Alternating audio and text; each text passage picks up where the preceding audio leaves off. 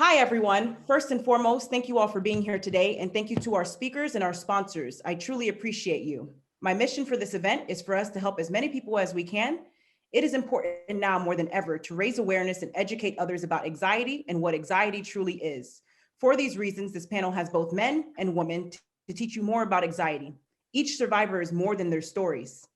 Now, at the end of this event, we encourage you to sign up for our anxiety discussion group. The anxiety discussion group is for all attendees of this global virtual panel of anxiety survivors event today to continue to discuss anxiety in a safe place after the event.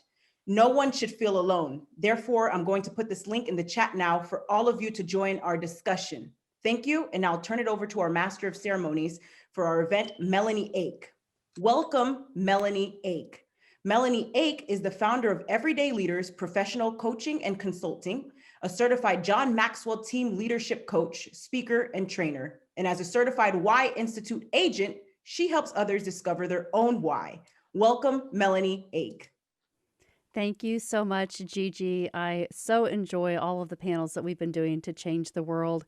This is the global virtual panel of anxiety survivors event, and we bring together so many people. What a perfect time to be celebrating people that are surviving through COVID and everything we've experienced this last year.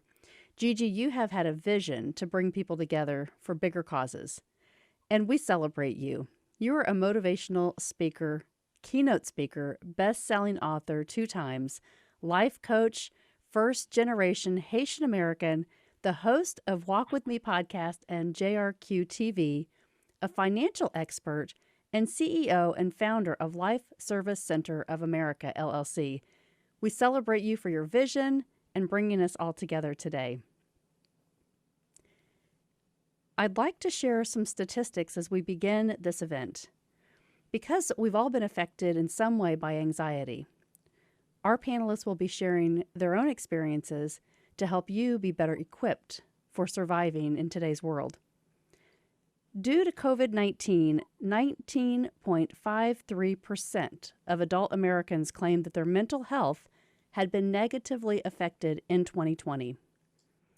People sheltering in place reported higher levels of stress and worry, 47% greater over COVID-19 than people who were not sheltering in place at 37%.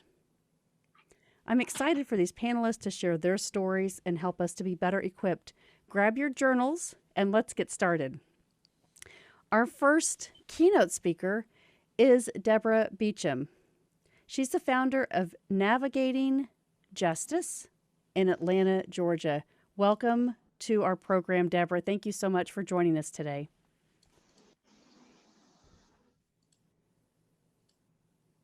You're muted.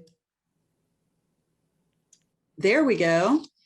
All right. So hi, Gigi. Hi, Melanie. It's great to be here again. I'm so looking forward to all of our panelists today. Every event that you've hosted has been so meaningful to me. I've learned so much from each of the speakers.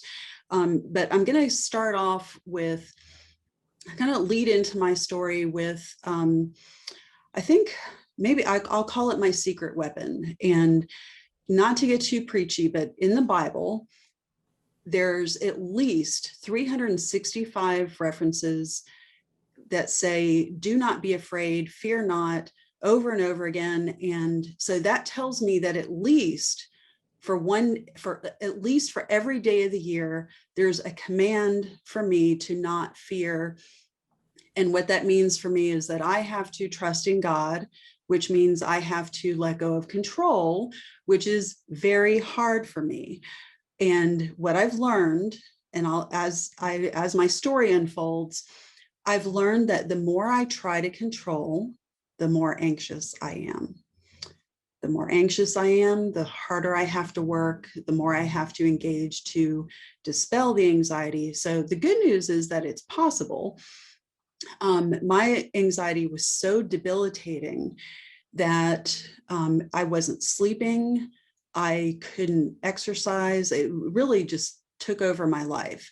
And so what started anxiety for me was leaving an abusive marriage and going into the court system. The court system has a lot to do with my work with parents and children, because I learned the hard way that things don't go as you expect, which is true in all of life, but there's so much uncertainty, there's so much that is unknown, there's so much that is kept from you that intentionally induces anxiety. That's kind of the name of the game in a lot of litigation. So what I experienced and twice over the course of 10 or 12 years was a threat around taking my children. And what the litigation then did, in addition to creating a lot of fear and anxiety, it led me to become homeless, be in financial distress for years. And those things individually and together are, big anxiety generators. So fortunately, I was starting to come out on the other side of that, but then COVID hit. So that didn't help. But I've learned that I could dig deep. I almost brought my Bible in here to show you, because you can see in my Bible from all the flags and there's just so much stuff flowing out of my Bible, going into and coming out of it, because I relied on the Word of God so heavily from the depths of depression and just gripping anxiety. And that's really how I survived it. It wasn't that I had money to see a therapist. It wasn't that I was able to get in a lot of exercise. So I really relied on the Word of God. So I do want to say that none of us can say we have nothing and no help. We have God and we have the Word of God. And since we're all human, I'm going to say, I always knew that I had the Word of God and I had my faith, but I still needed help. I still needed help in person. I needed people, and I needed tools and strategies to deal with anxiety. So I'm going to just give out a few quick pieces of information about things that I've done. I was fortunate enough to have someone sponsor me in seeing a medical clinic that does brain scans. And this, I've never met anybody else who's done this, but to be able to see in my brain what anxiety looks like and what depression looks like and what post-traumatic stress disorder looks like in my brain, it gave me something tangible that I could see and then work at, because I like to see and touch things. And so that kind of gave me my marching orders, that I knew that if I followed the protocols, the exercise, the hydration, the diet, prayer and meditation, supplements, that if I did all of these things and I did them intentionally, I could chip away at not just the feelings of anxiety, but my habits. Because anxiety is habit forming. I started to rely on, like, I knew that I was going to feel anxious every day, and it became habit forming. So when you're dealing with anxiety, you have to look at how much you're trying to control the situation. You have to look at your habits and be intentional. And so I may wrap up here, but I'm going to say that if you're dealing with something really extreme that's inducing anxiety and you're having a hard time managing it, feel free to reach out. I know a lot of the panelists are going to say the same thing. We have fantastic professionals in here. But at navigatingjustice.org, I focus on helping parents and children, and a lot of it is managing the uncertainty and the fear that goes into litigation. But if you're dealing with a family conflict, whether there's litigation or not, feel free to reach out to me at navigatingjustice.org. And that's something that we can talk through and, help direct you to the right resources. But I'm going to finish on prayer and meditation. Every day now, I know that I'm getting up at a certain time. I'm heading into meditation. and I'm giving myself time to rest and exercise before I take on the stressful world that I work in. So I hope that helps. And thank you for having me. Thank you, Deborah. Thank you, Deborah. It's so great to see you again. You too, Melanie. So, what is anxiety? Anxiety is the body's response to worry and fear. And you just heard Deborah say, the Bible says, fear not. So we should listen and we should pay attention. This is what this conference is all about, to give you strategies to be able to equip yourself to live every day with success. Our next panelist, our first panelist, Kelly Hoff. Kelly is a certified holistic health and wellness coach, stress, resilience, and mental wellness trainer, nutritional psychology practitioner, certified life coach, speaker, author, and mental health advocate. She trained as a health coach at the Institute and has served countless clients by working together to relieve their chronic stress, anxiety, depression, and digestive issues. So this is all related. Her personal journey began over 12 years ago with her daughter's health challenges, including autism and seizures. She later experienced her own health challenges that were rooted in chronic stress. Kelly decided to master the art and science of gut-brain connection, which leads to transformational and lasting healing. Her clients now experience peace, energy, joy, and enthusiasm for life again. Welcome to the panel, Kelly. Hi there. Thank you so much for having me. I really appreciate it. And thank you too, Gigi. You're welcome. Thank you. So like you said, yeah, I'm a speaker, author, and coach. But for me, it was not always this way.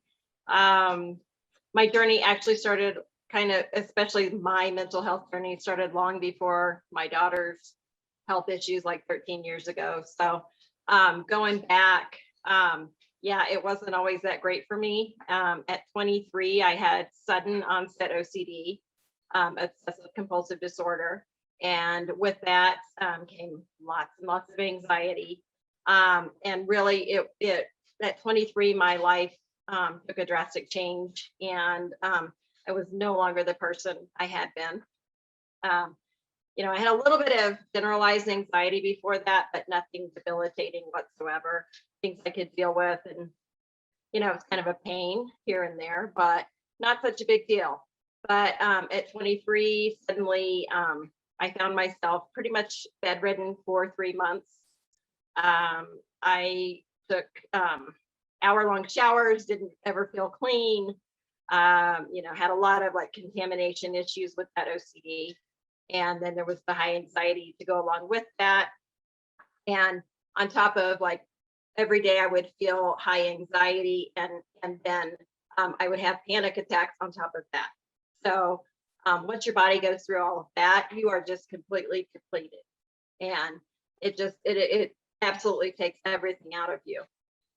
So I spent a good 3 months in bed. It could take me 30 minutes to put on a pair of pants. Kind of a long story, but it wasn't a pretty picture for sure. And I was on lots of medication, 100 milligrams of Prozac. I was on Buspar and Klonopin, you know, high amounts of everything, just to like kind of barely make it sense. And I always knew there had to be something different, better, and more that I could be doing. But I went back to psychologists, psychiatrists, internal medicine. I even went to a neurologist. I thought, oh, the neurologist, they're going to have my answer. You know, they're going to know, like, what else can I do besides this medication and just, you know, having some talk therapy. But across the board, I got, no, this is it. This is all there is.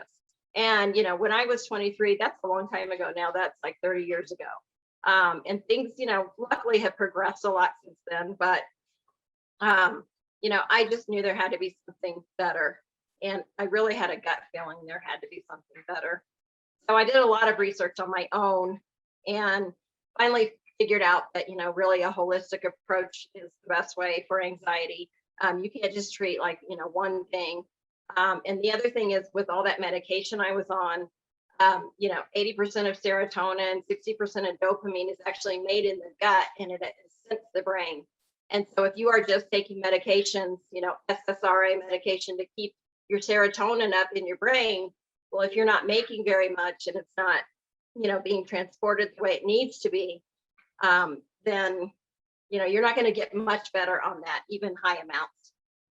So the short answer of the story is that holistic approach. Holistic being, you know, you want to do good nutrition, get out in nature, get out in sunshine, have vitamin D, nutritional supplements, grounding your feet, you know, going out barefoot, standing in the grass, checking your mindset, you know, check every hour if you need to, you know, what are your thoughts? What are you thinking about? Are they serving you well, or are they depleting you, body, mind, and spirit? And so through all of that, I've learned a lot and come a long way. And I'm very functional now. My anxiety is quite low, and super pleased with that. Now I help other people so they don't have to go through all the stuff I had to go. Thank you, Kelly. Thank you, Gigi. Thank you, Kelly. Thank you so much. Thank you. Like you just heard Kelly describe, for many people with anxiety, their condition affects their ability to just simply function in everyday life. This is real. For those with generalized anxiety disorder, symptoms can include restlessness, just feeling on edge, fatigue, difficulty concentrating, or muscle tension. So these are signs to look for if you have it within you or someone that you love. Our next panelist, Stephanie Epstein, thank you so much for joining us today. She's the founder of Your Highest Heels Coaching, integrative wellness coach, mindset shifter, and spiritual mentor. Welcome to the panel, Stephanie. Thank you so much. I'm Stephanie Epstein. I'm so grateful to be here and talking about such an important topic. And I'm honored to be speaking on this panel. And I have suffered from anxiety almost my whole life. And I'll just be really vulnerable and honest and tell you about my story. So when I was younger, I suffered a lot of trauma. And I remember when I was probably 10 years old, I was at a restaurant and I felt like I couldn't swallow. And I was like, what is this?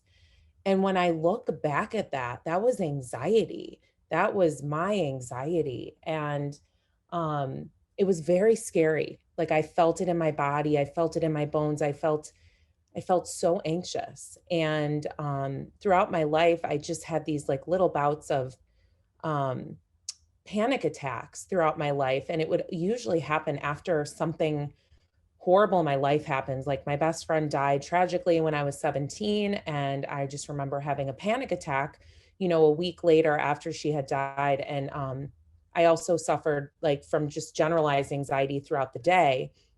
And it's a very, very real illness. And it makes me emotional because it's such, it can be very painful.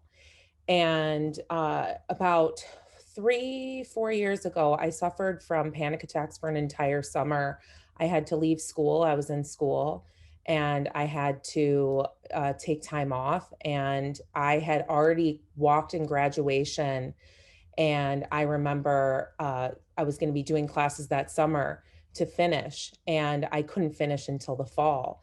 And, you know, I look back at that experience and I just remember it felt like the world was closing in on me. And it was just a constant feeling of anxiety and panic. And the solution, I did not give up on finding what works for me. And there's so many different things that can work for different people, as I talked about in the depression panel, that we all have different ways, and don't give up on finding your way that works for you.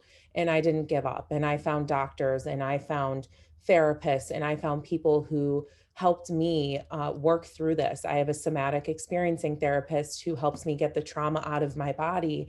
That's a holistic way to, you know, deal with my anxiety, herbs and stuff like that. But I also do talk therapy. And I also am on medication. And I'll be real with you, I'm currently 6 months pregnant and I am on safe medication that is non-addictive because I also suffer from addiction. So I've had to find what works for me. And so all these things together, like the holistic route, the therapy, the medication, it all works for me. And that's just my story. And that's what works for me. And I just want to say that if you're struggling and you feel anxious, ask for help because it's out there. And when you find what works, keep doing it because it's a daily reprieve. And what I mean by that is it's like waking up and becoming willing every day to face it. And it's a mindset as well. So it's all of these things for me.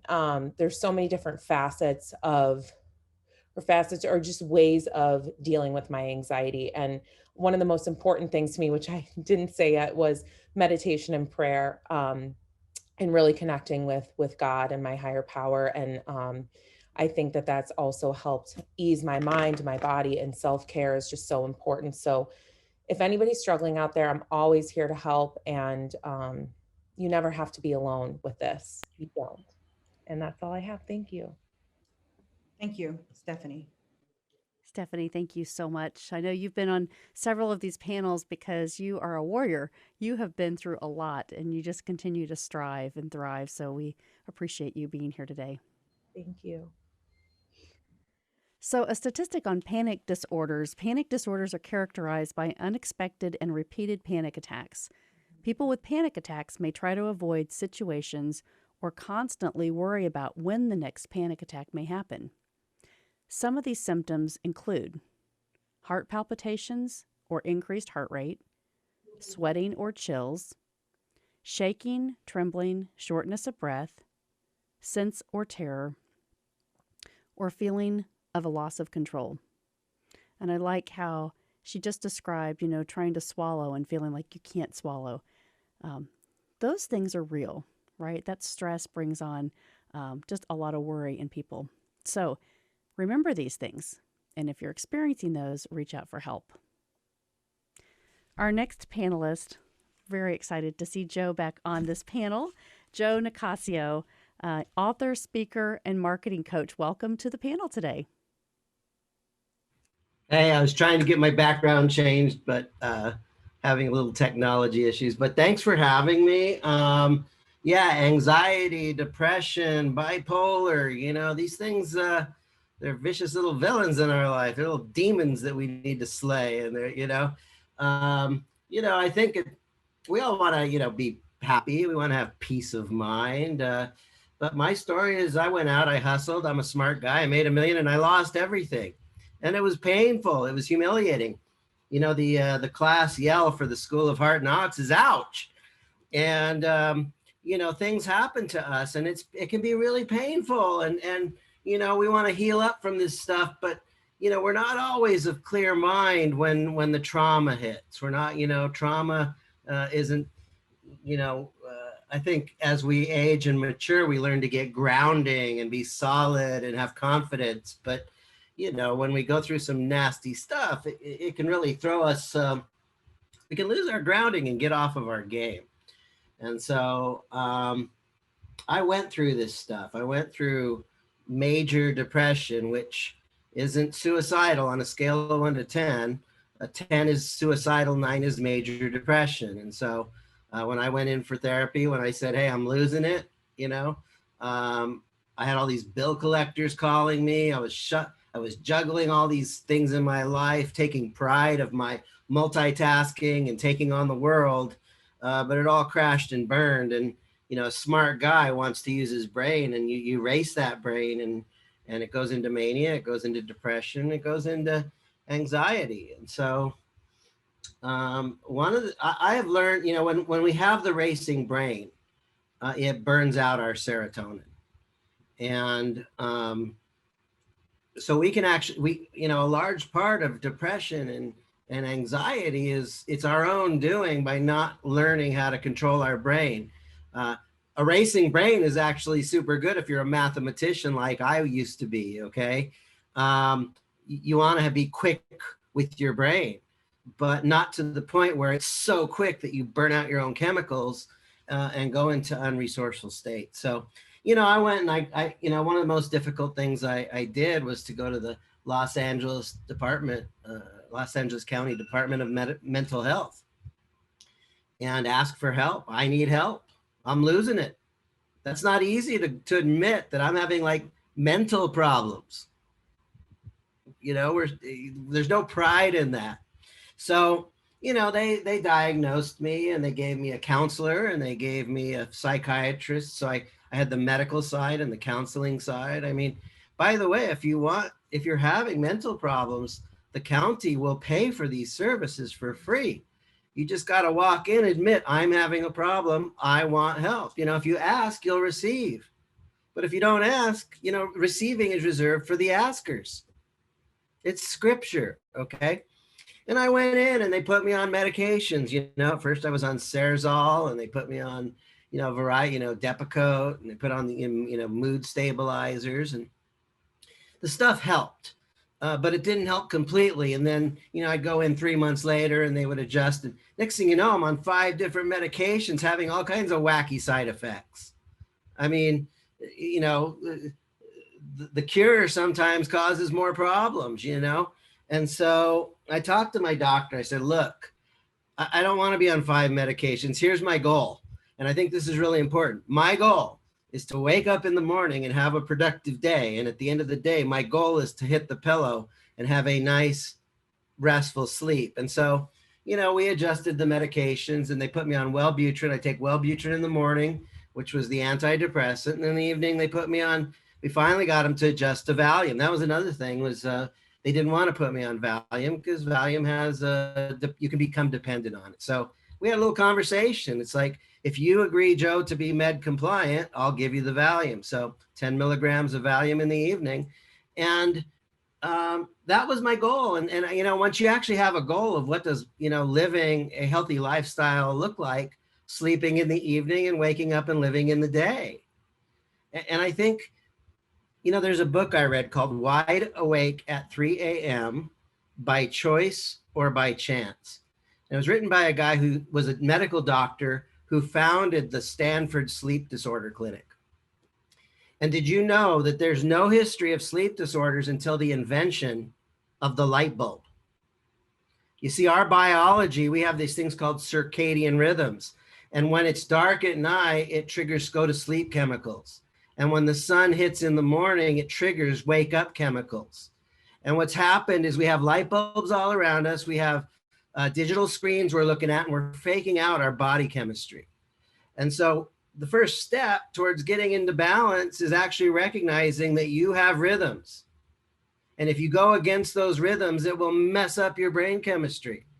But when you go with those rhythms, when you're in alignment with the rhythms that God gave us, you can move towards health and peace. Okay. And so,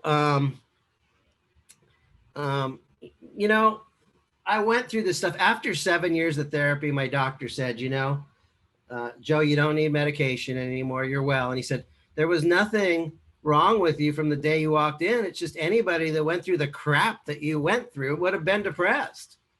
I went through trauma. I mean, I went through stuff in my own business. There was stuff going on in my family where there was bad business and one family member hired somebody to kill another family member. I mean, there was assassination attempts within the family.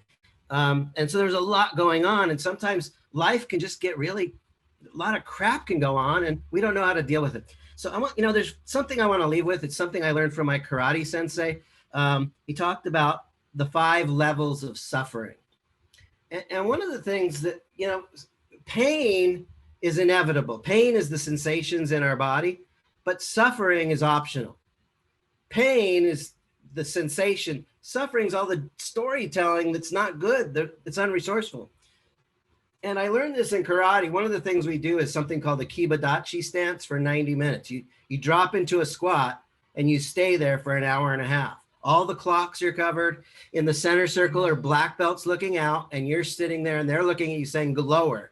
Just stay in that stance, lower. For 90 minutes, you're sweating, you're dripping, your legs are shaking. But one of the things I learned is the acceptance of the sensation. Just breathe with no story. Anyway, the first level of suffering is you don't suffer, but you pretend. Stuff happens. You're not that bad off, but boy, you pretend you're a good faker. The second level of suffering is you suffer, but you quit. You feel the pain, you tell the story, and you say, this isn't for me. The third level of suffering is you suffer and it shows. You grimace in your face, you make sounds. The weak mind is still active. The fourth level of suffering is you suffer and it doesn't show. You're just grinning and bearing it. The suffering is there, but you're stronger. The mind tightens the weak side out. But the fifth level of suffering, and this is the place I think we want to attain, is suffering becomes only suffering. The mind is free through acceptance. We accept the conditions of our life. We're grateful even when times are tough. We're grateful under all conditions. And so when you're sitting there in that horse stance and you're feeling all those sensations, you just breathe and you accept, I'm living here for 90 minutes and my mind is stronger than all the storytelling. There's no room for storytelling. And so the message I want to leave with is stuff happens to us, but how do we think about it and how can we get stronger in the face of those things? And, you know, I went through anxiety, I went through depression, I went through mania phases. The medications helped, the counseling helped. But the thing that really helped is when I dropped to my knees and say, dear Jesus, I need your help. God, I tried it my way. It's not working. I'm going to try it your way now. And the moment I made that decision to be in alignment with God, God is pure love. His fan club can be a little weird sometimes, but God is pure love. And when we're in alignment with his pure love, when we do things his way, you know, there's a Mormon scripture that says, I, the Lord, am bound when you do what I say. But when you don't do, there is no promise. And so God is not a punishing God. He's a loving God. And if you obey his commandments, he's 100% guaranteed to bless you.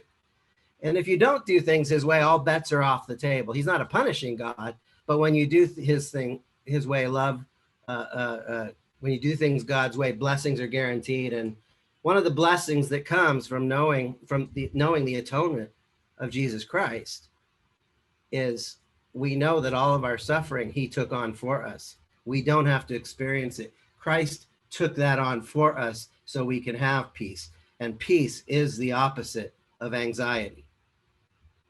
If you're having anxiety, drop to your knees, thank God for your blessings, and pass your suffering and your anxiety onto him, because that's what he died for. And hopefully you can come to a place when people ask how you're doing, you can say, I'm too blessed to be stressed.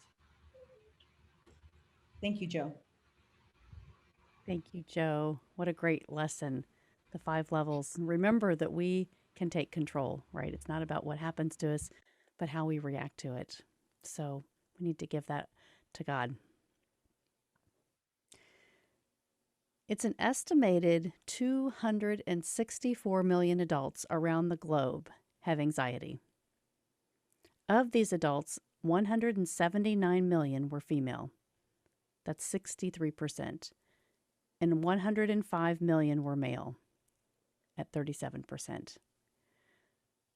Our next panelist, Ambassador Maureen Mia Kasimji. Thank you so much for joining us today. You have quite a biography. I would like to celebrate you and read this. There's quite a bit of history here that you have for us. So the UNGIA Global Ambassador and Humanitarian, Ambassador of the Ladies of All Nations International UK, the Global Alliance for Humanity, Country Representative. You are the National Director in International Youth Society. You studied fields in law, psychology, and a financial forensic specialist, CEO and founder of the MEA Company, co-founder and director of NGO Helping Hands Social Society, diploma in leadership and cultural diversity, recipient of the Global WAW Award entering the Women's Hall of Fame, recipient of the Global Award selected as one of the top 100 successful women in business in the world. Global Empowerment, International Motivational and Inspirational Public Speaker, International Accredited Life Coach for Adults and Children, involved in various GBV forums, currently working on a program to assist abusers. Member of the multitude of women's platforms and programs globally.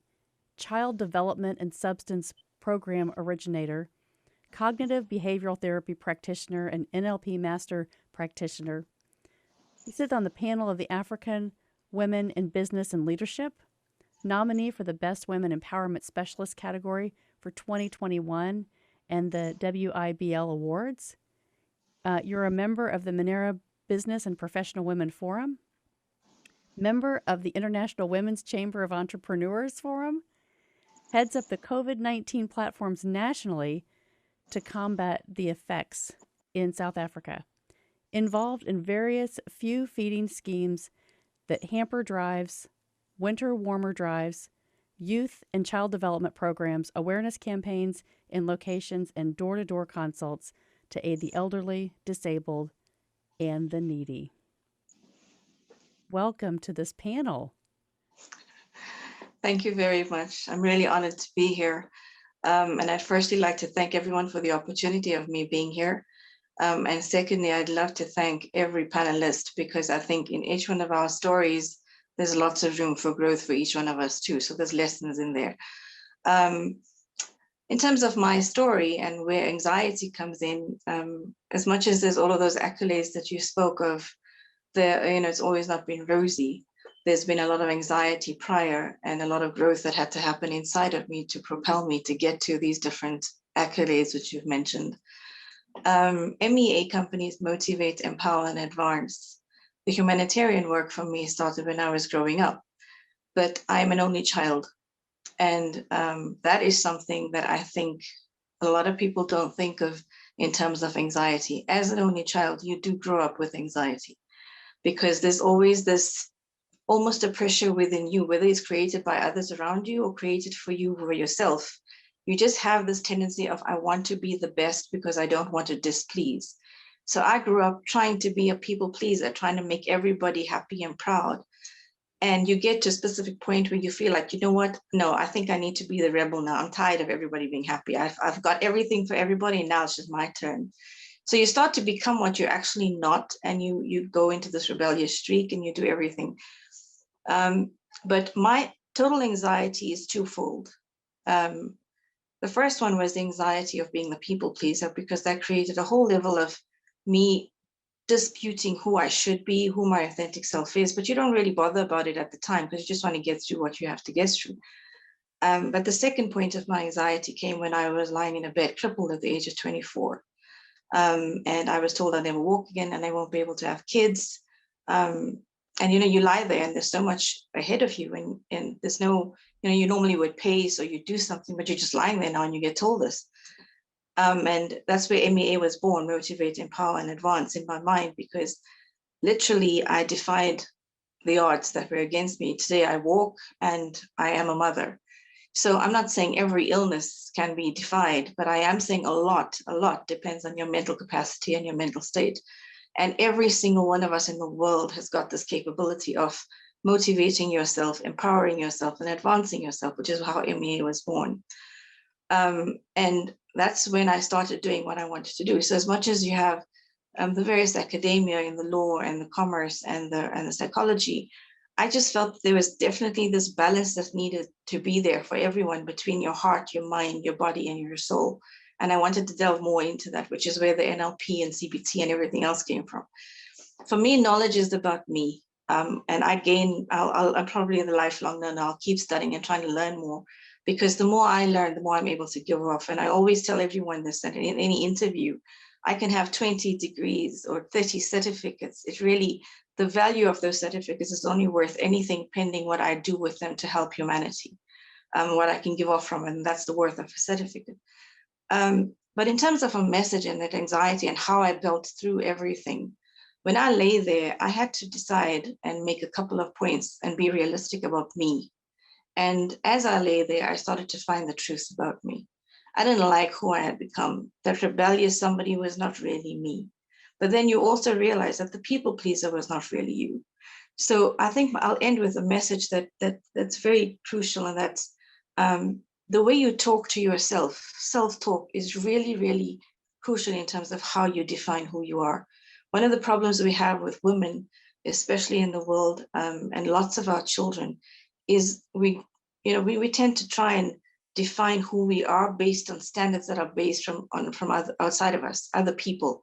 We want to please them, so their standards become what we need to define ourselves by, and that's where we go wrong.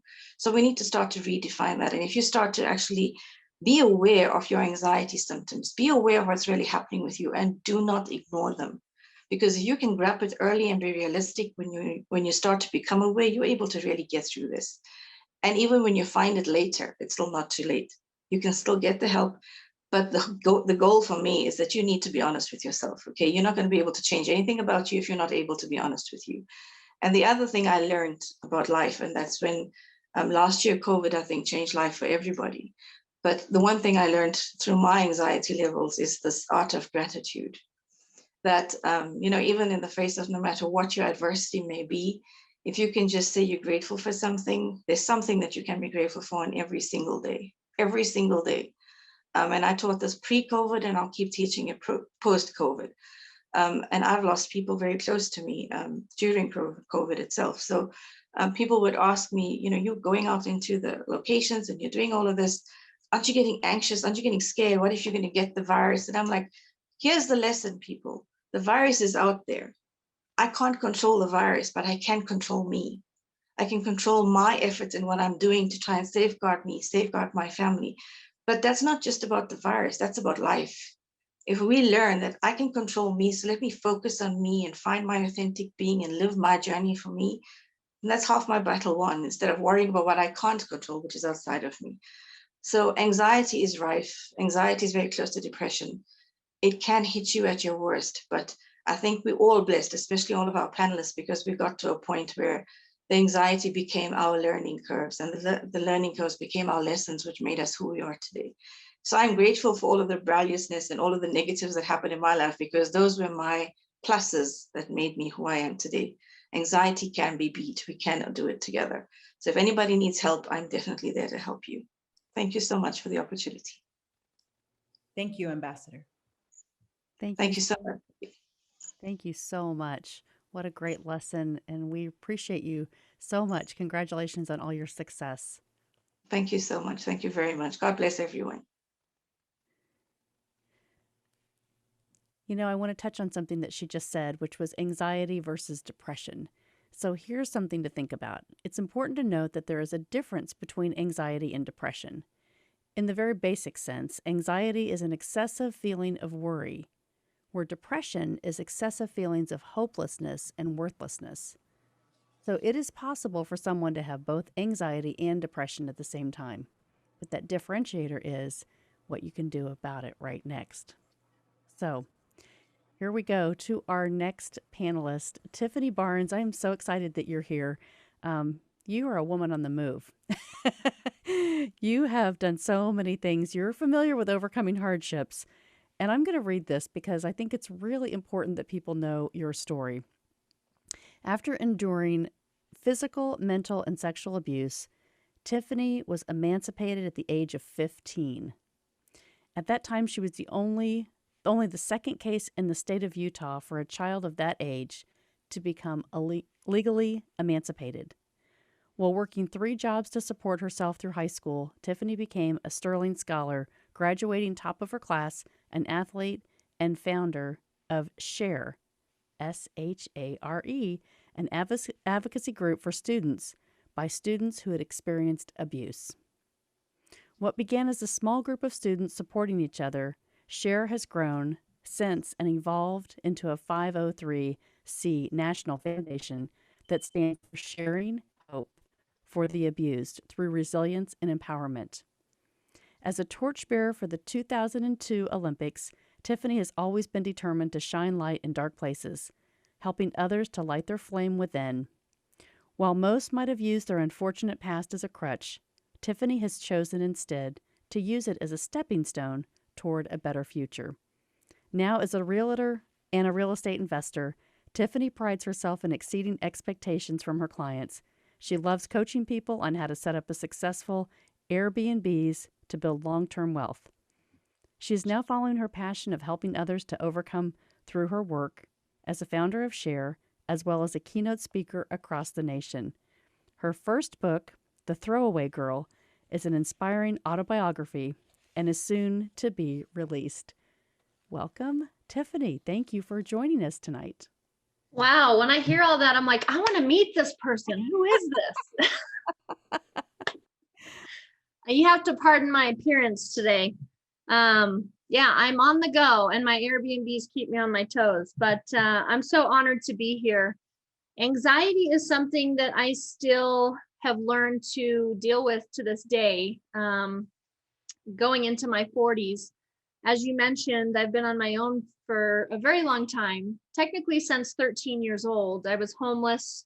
My mother had chosen my stepfather over myself once I had confronted him about some sexual abuse that was taking place. And so you can imagine if the person that brought you to life, my mother, doesn't even want me, I hit a very low point. And overcoming a lot of trauma, or just enduring a lot of trauma, has kind of made me, and a lot of you trauma survivors will probably resonate with this. I've always had trust issues. I'm always like, okay, where's the next problem going to come from? Whether it's a person, specifically people was a big issue for me.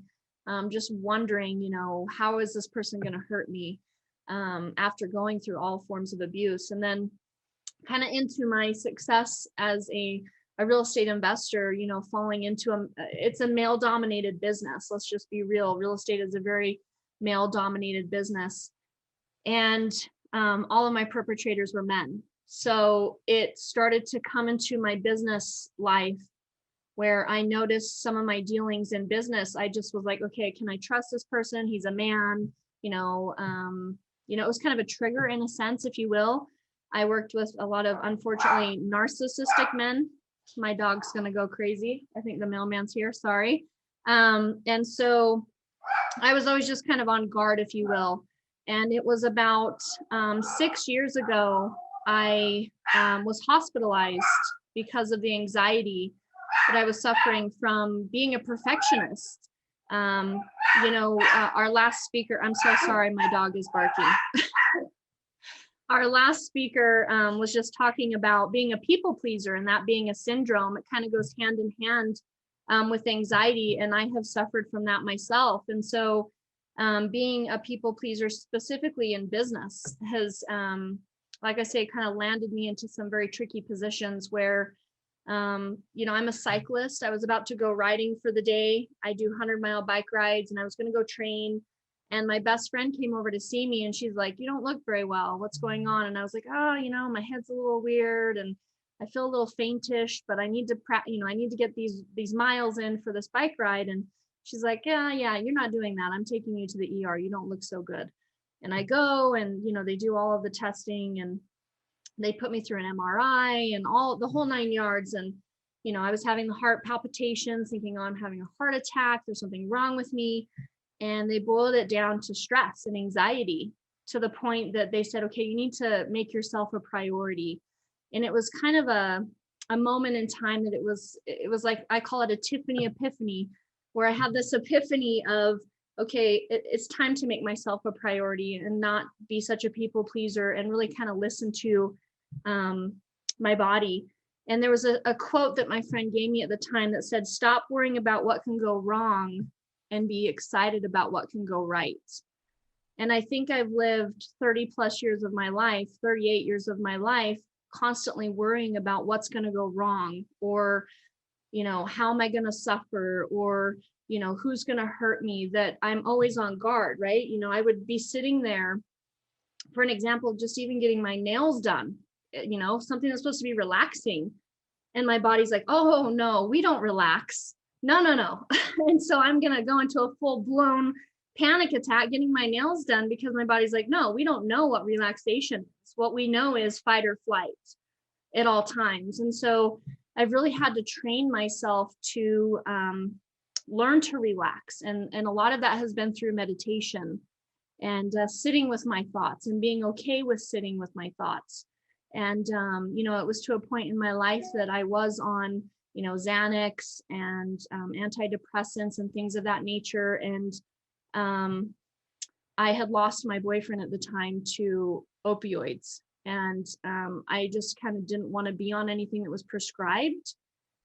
And so that's when I found more holistic approach. And I don't know if it's okay to say this on this panel, but I have a medical card for cannabis. And that's kind of been something that's really helped me, CBD and cannabis, in my anxiety. And also just recognizing when that anxiety is coming up. It's been to the point where I would be on the freeway. Sasha's saying hi over here. I would be on the freeway and I would have to be in the slow lane because I needed an out just in case I felt trapped to be able to go to that emergency lane. That's how bad my anxiety would be sometimes, that I knew, okay, as a realtor, you're all over the place. You have to go show houses in all parts of the city. And I found myself making excuses to not be able to do showings. And again, I would take back roads instead of getting on the freeway, because if there was a traffic jam and I got stuck where I couldn't pull off of an exit, or, the exit was ahead and the only thing I had was a shoulder to kind of like pull off on, I would go into full blown panic where I didn't even want to drive my car. And so, I talked with my doctor about this and I just was like, this is debilitating. This anxiety is very debilitating and it's kind of come up out of nowhere. And that's when we started to explore the cannabis and also working with a specialized therapist with anxiety. And so now I'm very happy to say I haven't had those panic attacks in 3 years now. And I'm able to drive and I'm able to, do what I need to in my job. But I would say the biggest advice I could give to somebody that's dealing with anxiety is to, live in the moment. I think sometimes as anxiety, survivors or just people that suffer from anxiety, we tend to look so far ahead into the future that we stress ourselves out. And I know I'm very guilty of that. And so if we can just kind of live in the now, I would always have a mantra that I would repeat to myself, I'm happy, I am healthy, life is good, I am okay. And it's just 4 sentences, but those 4 sentences kind of put me back into check. Okay, I'm happy, I'm healthy, life is good, I'm okay. And to kind of realize that this is just a moment in time. This isn't going to define me. This is just my mind trying to play some tricks on me. I'm not dying, even though it feels like you're going to die when you have a panic attack. You literally feel like, okay, I'm going to die. Kind of just woo-sawing, if you will, and putting yourself in that present frame, if you will. And so that's been very key. And as I mentioned, meditation, and then I'm just open with people. I have just told people I have anxiety, and letting some of my very best friends know that, and just people that are around me in general. I'd walk into a room and I'm automatically looking for, okay, where's my exit? And that's not a way to live. But I felt that if I would go places and tell people I have anxiety, for some reason, it kind of lessened the chance of those panic attacks arising, if that makes any sense. So, my biggest piece of advice is create a mantra for yourself that you can repeat when you find that happening, but also just remember to live in the moment, and not to say you don't want to look ahead in the future. That's, part of being successful, right? You've got to have a plan, but don't stress yourself out too much, because I would be a prepare for the worst, hope for the best person. And when you're preparing for the worst, your brain's automatically in that fight or flight situation. So thank you so much for having me. Thank you, Tiffany. Thank you so much, Tiffany. Thank you so much for sharing. So you've heard a lot about the causes and the symptoms, and think about this. There are medical reasons that you can have anxiety too. So if you do experience these, you may want to get checked. Thyroid disorders, hyperthyroidism and hypothyroidism, heart disease, diabetes, side effects from medication, as several of the panelists have described, lack of oxygen or respiratory disorders, including COPD, emphysema, or asthma, illicit drug use or withdrawal from drugs or alcohol, or irritable bowel syndrome. So these are real. These symptoms can be real, and you need to get checked if you're experiencing these as soon as you can. So our next panelist tonight, Marcus Black. I'm so excited that you're here. Born in Memphis, Tennessee, and raised in Mississippi, Marcus Black is a true product of the Southern hospitality culture of the Deep South. Best-selling author, speaker of the Vitalize podcast, and a creative storyteller dedicated to spreading his message of love, hope, and positivity to the entire world. Marcus has never met a stranger, and his greatest passion in life is loving and connecting with people beneath the surface level and helping them realize just how special they truly are as individuals. He's spoken to thousands all over the USA and even several countries around the world. And tonight, it's my privilege to introduce you to him. Marcus Black, welcome to the panel. Well, hello, everyone. It's good to see you guys. Thank you so much for having me, Gigi. Thank you, Melanie. I appreciate you. And I'm just so excited to share with you guys briefly this evening. When I think about this topic, I consider anxiety a monster. And I always tell my story. Like, I was a kid when I had my first anxiety attack. And I'm always talking to people and I'm like, look, man, I was just in a routine, regular event. I was playing literally a video game. And as I was playing this video game, you know, my character died. And for whatever reason he died, I died with him. And in that moment, I literally felt as if I got sucked into a vacuum, like all my breath went away. And I was fighting for air and I was grasping, and all I could imagine was myself being buried alive, literally covered in dirt, a casket going over me. And literally I was thinking that my life was over. So I'm fighting, I'm gasping, I'm just hyperventilating. And I remember my mom coming in the room and shaking me. Can you imagine as a parent coming in to find a 9-year-old child and just freaking out, having a total panic attack? And I say that was the first time I ever had a visit from a monster. When I say monster, I'm not talking about the kind that hide under beds or live in closets. I'm talking about a real life monster that literally haunts and affects almost more than any other sickness and disease in the world. We're talking about anxiety today. And I know when I describe those feelings, many of you can relate to exactly what I was expressing because you know what that feels like. I remember snapping out of it and asking my mom, like my first question, like, oh man, am I gonna die? And she kept it real with me. She said, you're gonna die one day. She said, but not for a very long time. She always kept it real. So here I am, this kid that's having frequent visits from this monster, always at night coming, crippling me. Then it started always at night, but then it started to pour over into every other area of my life. It started to turn things that should be positive, like church. I'm having these anxiety attacks. And what I realized is that so much of my life had already felt like death internally. I started to walk in this extreme fear and this extreme panic and this extreme worry. So much so I catered my entire life to it. So when we mentioned earlier about what happens when anxiety starts to attack us and how it takes our life from us. Yeah, I catered my life to it. I was afraid of everything. I was like, and I don't even know if I was afraid of everything as much as I just wasn't going to allow myself to experience life. I'm not going outside. I'm not riding a bike. Nope, I'm good. I'm not getting in a pool. I'm not going to the lake. I'm not riding a roller coaster. I'm not getting on a plane. You might as well not even ask. And so you ask me, what did you do? Nothing. Eat, sleep, go to school. The safest life possible. So what I would tell you is I wasn't living.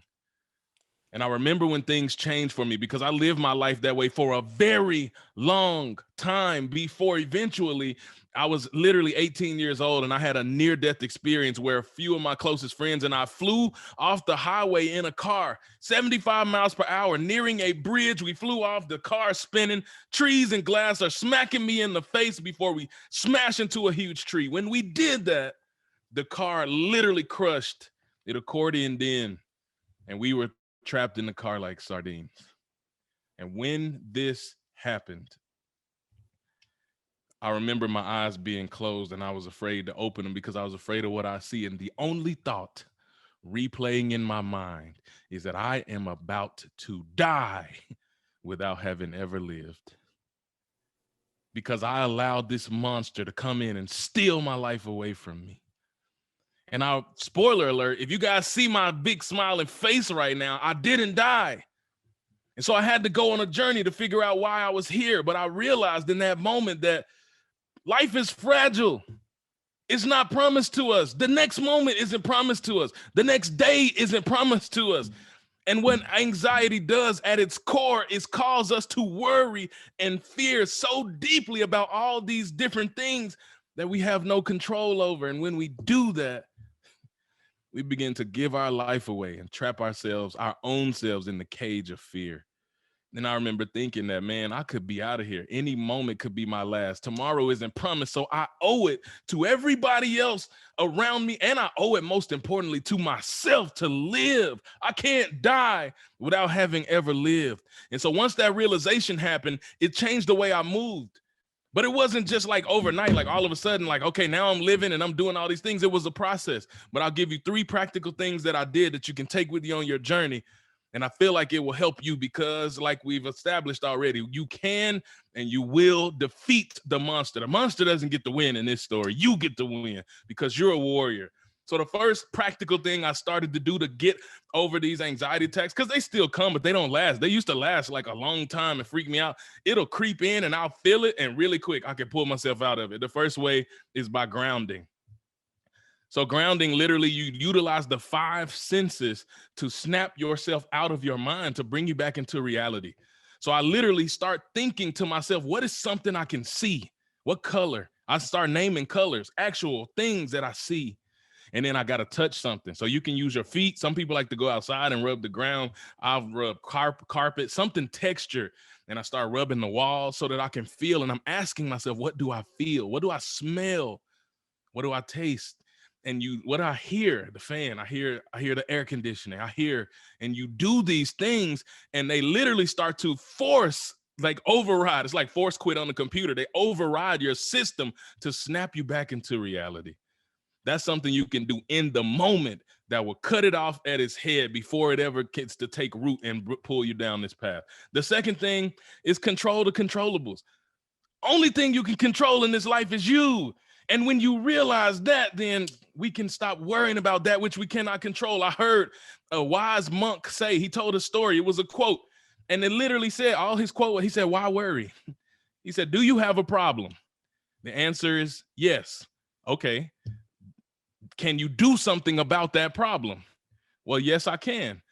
Then why worry? If you can do something about the problem, then you have a solution. There's no reason to worry. He asked the same question. Do you have a problem? Yes. Can you do something about it? No. He said, then why worry? Because if there's not a single thing you can do to change that circumstance, then what are you worried for? There's nothing you can do about it. All you can control is you and how you move and how you respond to the situation. And you, long as you control that and don't worry about what you cannot control, that is a recipe for finding that inner peace in your soul. And the third thing is gratitude. Gratitude is the attitude that will propel you to the highest heights. So what I want you to do is start focusing on what you do have rather than where we're deficient and where we're not enough. Focus on what you do have, not what you don't. Because what I'm here to tell you is all you have is all you need to really step into the greatness that is you, to be the overcomer you were created to be, to defeat this monster once and for all, and go live your absolute best life. So I want to encourage you to do that because you can. I'm Marcus, and I'm done speaking. Thank you, Marcus. Marcus, you need to start a church. You're amazing. I can't wait to meet you in person someday. Thank you so much. Get rid of those monsters, man. That is a great message. Everything that we believe, right? The fears that we have, the ideas that we do have problems, but we just need to take care of that, and we can do it. Gratitude. What a great reminder. I wanted to talk a little bit about post-traumatic stress disorder. Our next panelist has been on many panels because stress and anxiety is brought on by so many things that happen in our life. Post-traumatic stress disorder, or PTSD, for those of you who have not heard this, happens when a person has difficulty recovering after a traumatic event. Symptoms may happen months or longer after the event, and there are a wide variety of symptoms of PTSD, which include unwanted or recurrent distressing memories or flashbacks of the event, nightmares about the event, avoidance of things related to the event, people, places, or situations. And again, we've talked about hopelessness for the future. So our panelists, Andrea Rojas, domestic violence, sexual assault, and suicide attempt survivor and advocate. And thank you so much for joining us tonight.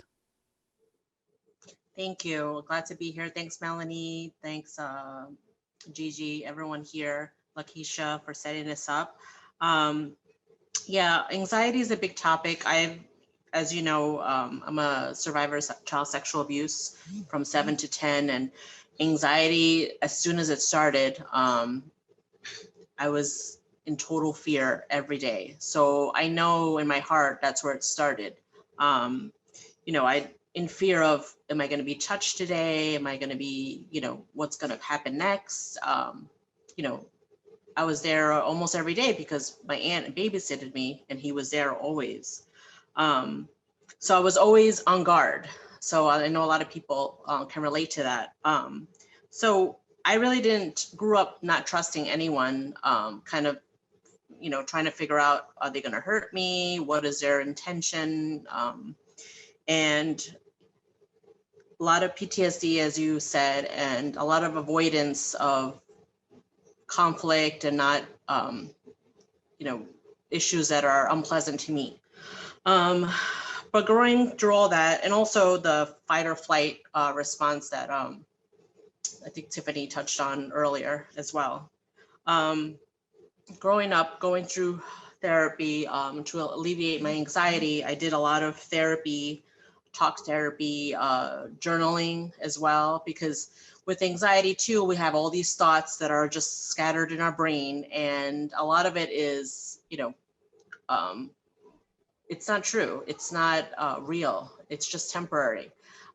We always shouldn't, at least for me, our feelings are, based on fear, and, some of the stuff is not true. So I think writing it down clear in black and white, you can see like, wow, I really thought this, and you can kind of retrain. I've retrained my brain and doing affirmations, putting stuff on my mirror in the bathroom and say, no, this is going to be, a good day. I don't have to live in fear. I don't have to live in anxiety every day. I'm not 7 years old anymore. I'm 46 years old right now. So that has helped me.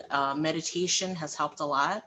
And doing yoga, I've been starting to do yoga this year, last year. So that's kind of, put me in a calm state, and not kind of rewriting my story. I don't have to have that story of, being like crutched and, in fear every day. No, I'm a strong woman. I'm powerful. I'm taking my power back, and I'm saying no to anxiety. Anxiety no more. So this April is Child Abuse Awareness Month, child sexual abuse and rape and assault. And, we have to take our power back and say no.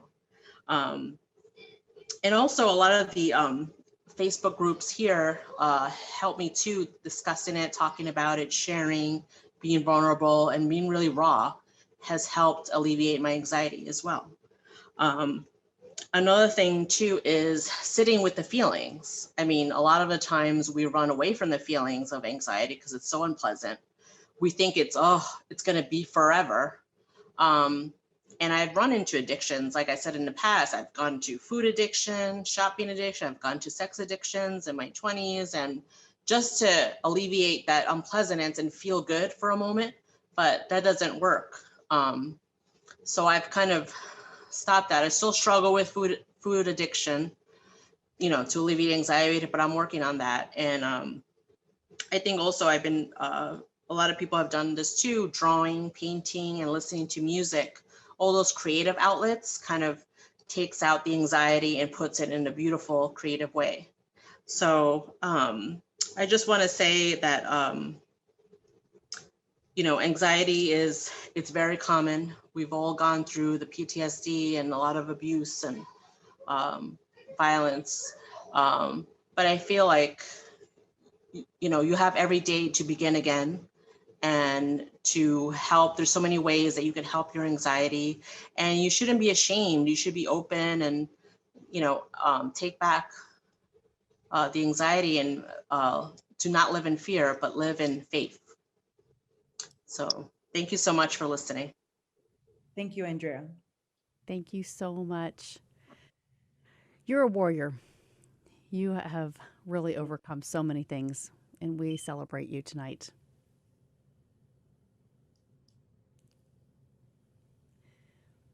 So when we talk about anxiety in present day, and we think about COVID-19, the pandemic enters the second year, and its new fast-spreading variants have caused a surge of infections in many countries and renewed lockdowns.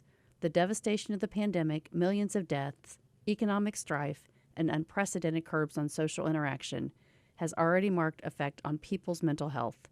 Researchers worldwide are investigating the causes and impacts of this stress, and some fear that the deterioration in mental health could linger long after the pandemic has subsided. Our next panelist tonight is Kim C. Shaw. MAML is the founder of CEO of Inspiring You, Leadership Enrichment Solutions. Kim has earned a master's degree in management and leadership and learned about leadership development during the past 27 years, helping businesses large and small. Kim analyzes a business's training needs and designs a special plan that works for their employees. As a people champion, she has graciously served in diverse organizational cultures and led training and performance teams to deliver the best in corporate leadership learning to diverse workforces and cultures throughout the U.S. and abroad. A distinguished certified coach, trainer, and teacher, and keynote speaker with the world-renowned John Maxwell team, Kim also holds certifications in the Myers-Briggs Type Indicator System, OC, Tanner Recognition, Human Performance Improvement, Achieve Global Leadership, DISC, and others. Dedicated to the development of emerging and accomplished leaders, Kim also serves as a member of the National Society of Leadership and Success, Sigma Alpha Phi. Welcome so much to the panel tonight. All I can say is, wow. Wow. What a tremendous amount of information and encouragement that came through all of the previous panelists. I have to say, this is my first time being on the panel, and Gigi, I thank you for inviting me. I didn't even know where to start talking about anxiety. Like I said, we've all shared it at one point or another. I'm just gonna go way back, and then I wanna come right forward to now. So at 30 years old, I lost my husband. I was left to raise 3 children on my own, of whom are all grown, and thank God they're all doing great. But I want to fast forward to now because I've been having a lot of conversations with a lot of colleagues and a lot of friends, and we're talking about entrepreneurship. And I believe there are so many of us that are either on the line now or some of our people that are viewing us that are entrepreneurs. It's so odd that people don't think that we have anxiety. Entrepreneurs are not strangers to anxiety or to depression for that matter. We're just as susceptible as the rest of the population, if not more so, to mental illnesses like bipolar disorder, sociopathy, schizophrenia. There's so many things out there that can go wrong with us too. And I just wanted to make sure that people understood that. I feel privileged and thankful to be able to share on this panel about my challenges with anxiety, especially since I've crossed back over into this world of entrepreneurship. I came from it, family-owned businesses. Then when I lost my husband, I had to go back into corporate America.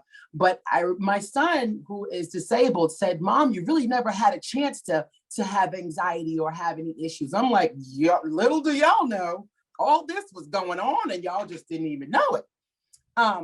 May, I don't know if you guys, I'm sure you know that May is National Mental Health Awareness Month in the US.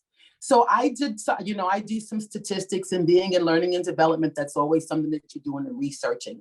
There was a study done in Canada in 1997 where self-employed people versus traditionally employed people found that we self-employed folks had significantly higher levels of job stress and mental health issues.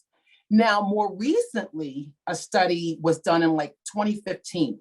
His name was Dr. Michael Freeman at UC San Francisco, found that 49% of entrepreneurs who participated in that study experienced mental illness. Now, in my mind, I don't know about you guys, but that is huge. So you got 50% of people who have their own businesses. I'm like, you're thinking about if they're nuts, they got issues? Well, yeah, there are tremendous things that can go on.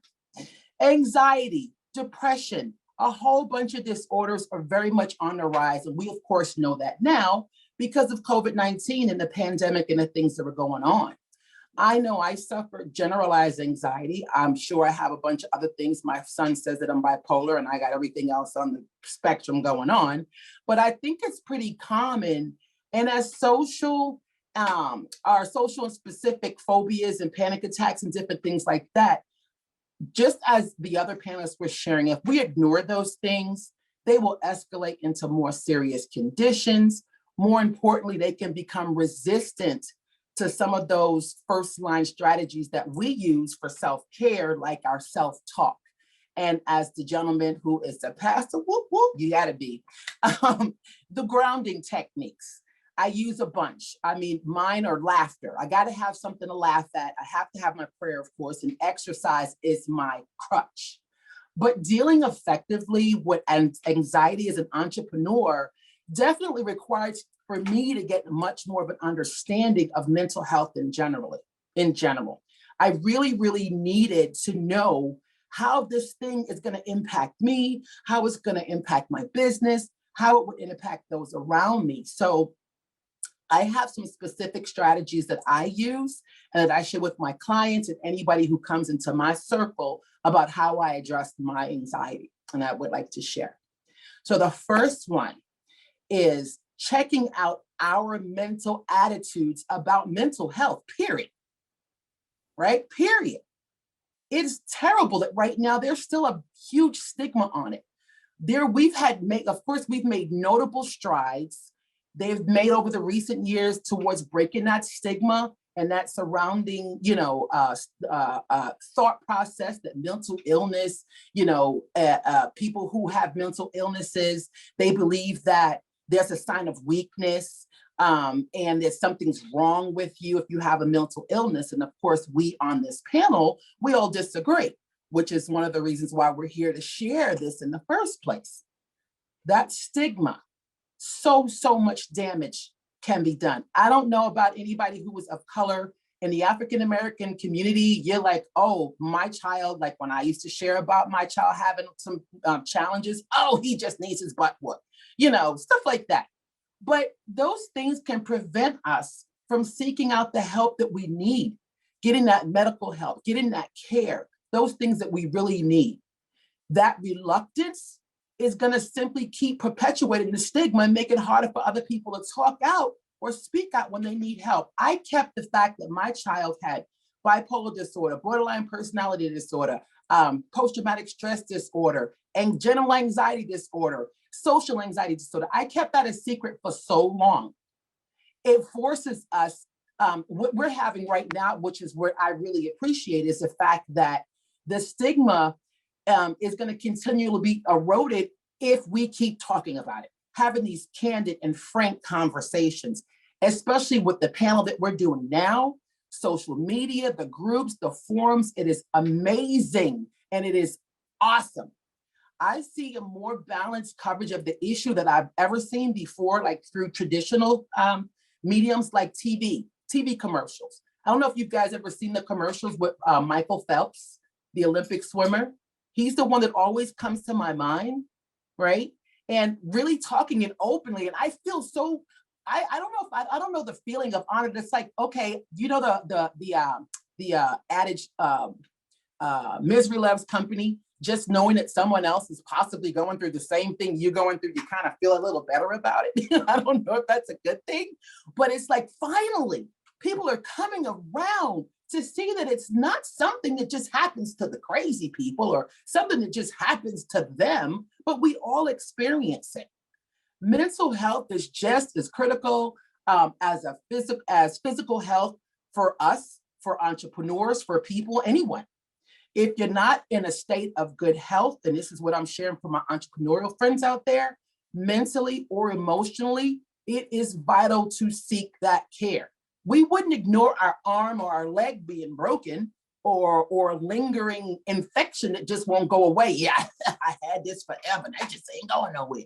You're going to go to the doctor. So if you're not feeling right up here, it's the same reason for us to be proactive when it comes to our mental health, right? The second one that I do is understanding, helping us understand why we're more susceptible as entrepreneurs to anxiety. I know I was sharing with a colleague of mine. She was like, well, it's the same as with everyone else. And I'm like, I don't know about you, but since I've only been back in my entrepreneurial path for like 3 years now, it was definitely different than when I was in corporate for 25 years. The very character traits that help me or help us fuel our success as entrepreneurs are kind of the ones that make us vulnerable to mental health issues like anxiety and depression and so many else. Because I think we tend to surround ourselves by the very environmental factors that make it harder for us to practice the good self-care that we need and those good mental health habits. We stay up all night and all day. We're sleep deprived. Our nutrition sucks. My son is getting on a plane right now coming from Houston here to Orlando. He's 33 years old. Mom, what'd you cook? I'm like, nothing. I was working all day, you know? Too much caffeine, too little sleep.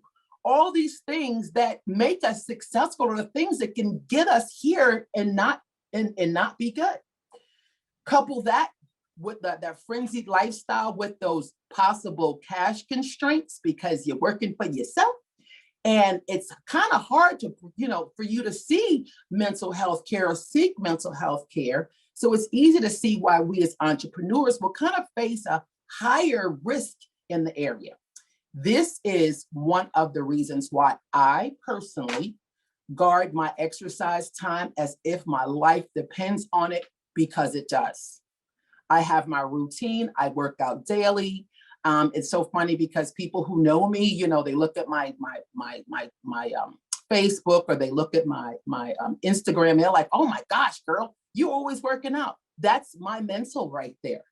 Health insurance is off the charts when you were in corporate. So forget about being on your own and how much health benefits cost. I would prefer to keep myself away and keep myself healthy. The other one, recognizing the risks when you are the boss. Have a client right now going through that. She can't keep any employees and she don't know why. So I said mental health, of course, of all her employees, all of our employees is important to the productivity and the success of an organization. They have to be in their right mind. They have to feel good. They have to feel engaged. But it's undeniably true when that person struggling is the boss or the owner. It's even more crucial to address those issues promptly with something targeted, something that's going to get to the crux of it, get down to finding out what it is. And the example that I'm giving, and I'm not mentioning any names, that narcissistic perfectionist definitely can be dangerous to a business, especially if that person's the owner of the business, the CEO, the president. I'm just saying. So people with that kind of diagnosis are often considered socially toxic and with an overblown sense of entitlement, which is they work for me, this is my business, we're going to do it the way I want to do it, my way or the highway. They are extremely high expectations and it really makes them impossible. It's impossible to please that kind of person. So I said, if this describes anything, we can be created anything like someone we know or we as being entrepreneurs, we're creating that toxic environment sometimes without even being aware of it. Eventually, she's lost talent back to back to back to back. And I said, if you don't get this checked, because it is a challenge, it is something that has to do with mental illness, you having to have that control, you're going to lose the business altogether. She gets panicked. Oh my God, if it doesn't go this way, I'm going to lose it. That portion of part of anxiety. You got to feel like you're holding on to everything. You're not allowing your people to share and work with you to be successful. The fourth one that I have is acknowledging, first and foremost, how widespread anxiety and depression is now, even more so. People are not seeing it, but they're starting to see it. And it's like, people are saying things like, well, COVID, it's since COVID. It's been way since before COVID. Two of the most common, and I think you gave this statistic, the common mental health conditions faced by entrepreneurs as well, especially because that's where I studied, anxiety and depression. They may seem mild. Sometimes people say, well, that's not that bad. But of course, to compare to schizophrenia or bipolar disorder, they're still debilitating. Cost the country over $210 billion a year alone. Now, we've all discussed anxiety, what it is, characterized by feelings of excessive worry. You got the agitation, the restlessness, fatigue, difficulty concentrating, irritability.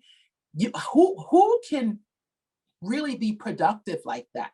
Those things, which happened to me, they impacted my cognitive abilities, my focus, my memory, and most importantly, as someone in business, decision-making. I got to be able to make a decision, a clear, decisive decision. It's gonna impact the rest of my life and my business if I make the wrong decision. But if I'm frozen with anxiety and fear, it's gonna be a problem. So couple that with depression. Some might experience a significant change in appetite. I had that. I gained weight. I lost weight. I was all over the place. I had those physical symptoms like the sleep challenges. I mean, my husband's up and it's 4 a.m. and I'm still awake. And I know that I have meetings the next day and I'm like, wake up, because I'm having an issue sleeping. Cramps, all of a sudden, muscles, cramps and everything, major issues. However, the final and fifth one, I knew about everything and I go through each of these, and this is the recognition, putting it here, is knowing what options that I have, seeking out options.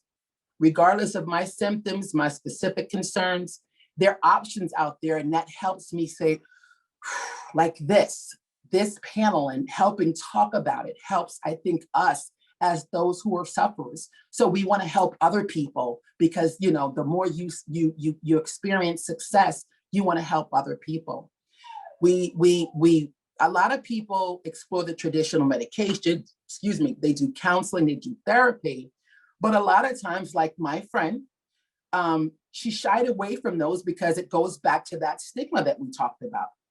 I'm so super glad to see about all the options. I hope she's watching because she said she would, that have surfaced over a few years. For instance, the online counseling platforms like Talkspace and BetterHelp and Breakthrough, and there's so many out there,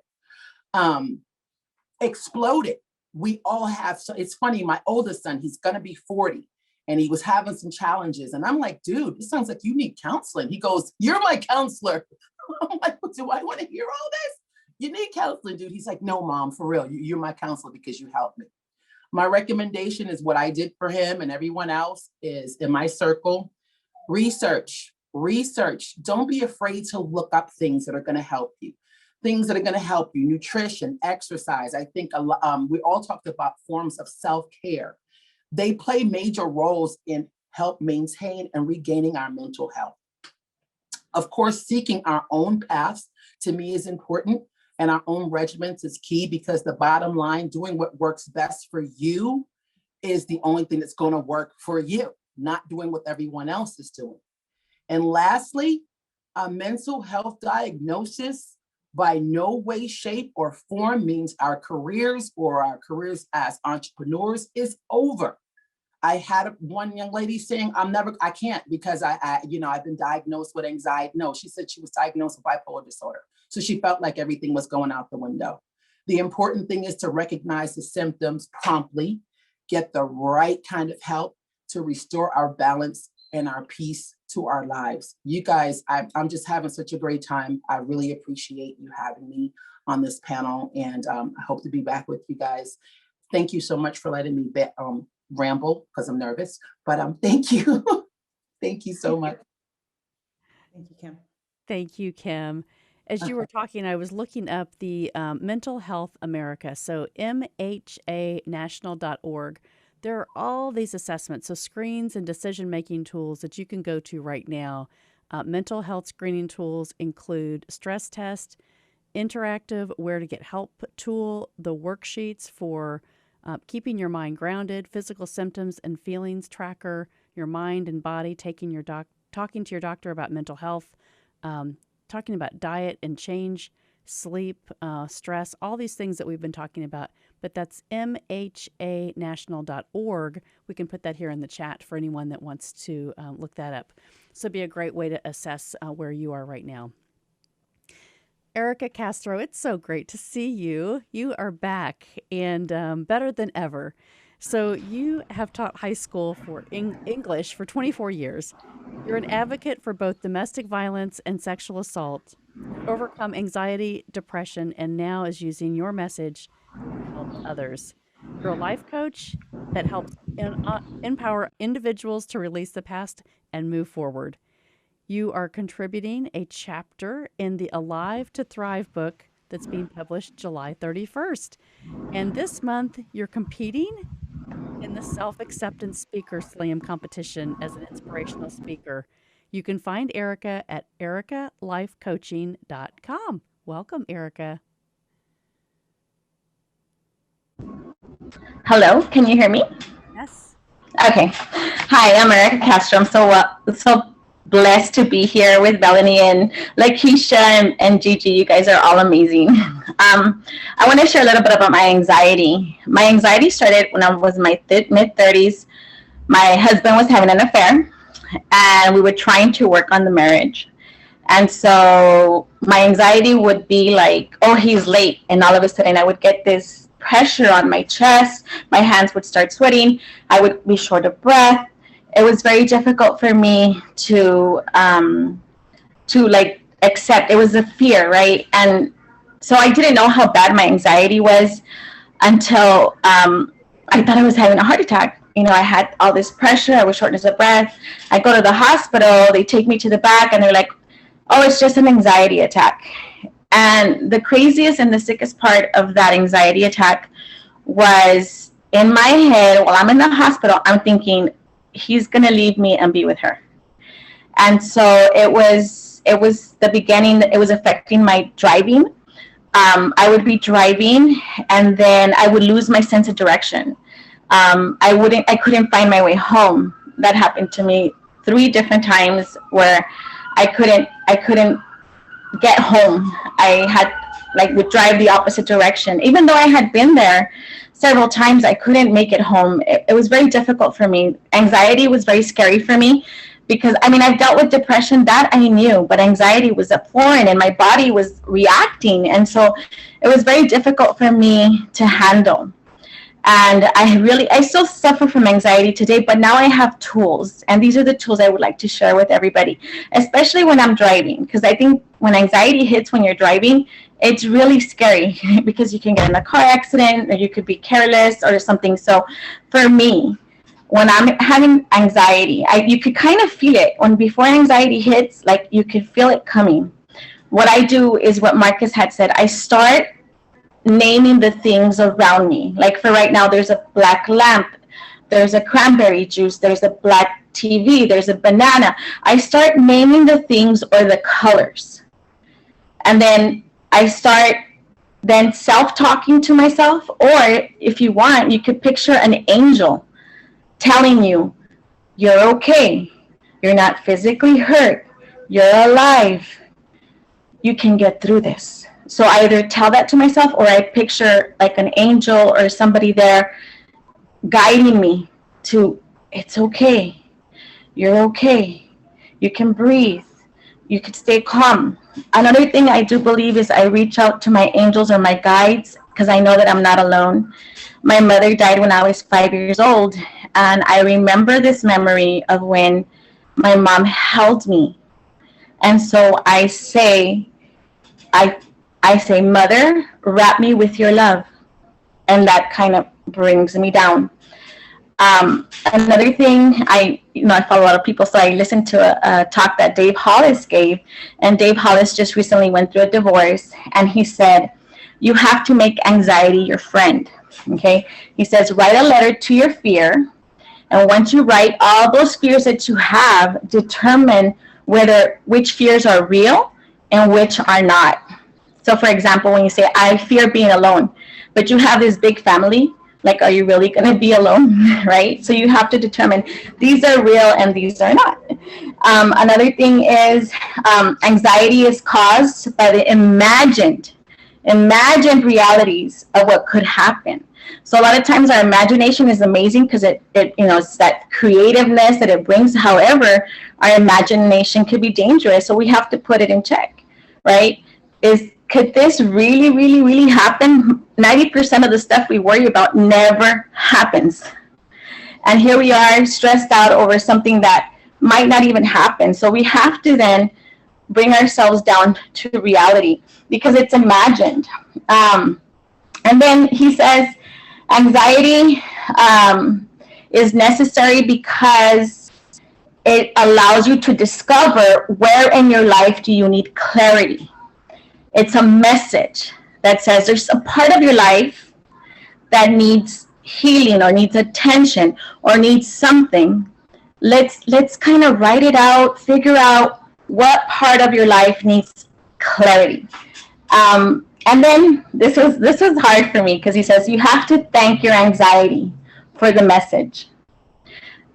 Thank your anxiety because it's trying to tell you something that you need to work on. And it says, be an observer of your anxiety and be grateful for the message. So I think for me, that's what has allowed me to put my anxiety in check because I still have it. I don't think it's ever going to go away, but I have tools that help me come back down, especially when I'm driving, just because the driving was the one that was kind of scary for me. But now I know exactly to name out the objects or the color of the cars or whatever's around me, and I come back down. So I hope this helps. I'm so grateful to be here. Thank you all for listening. Thank you, Erica. Thank you. Thank you, Erica. You're such a glimmer of hope for so many things that we are experiencing in our own lives. And Erica lost someone close to her just a few weeks ago. So our condolences are to you, Erica. You know, all of us have felt anxiety. So if you have listened to this panel tonight, you have realized that, oh my gosh, that's what that was. And our next panelist is going to teach us some things about public speaking, because that's when she started overcoming her fear, is when she learned how to deal with this. So Dr. Doreen Downing is next here. Her Find Your Voice, Change Your Life. Dr. Doreen Downing is a psychologist and founder of the Essential Speaking Institute. You see, she once suffered from stage fright.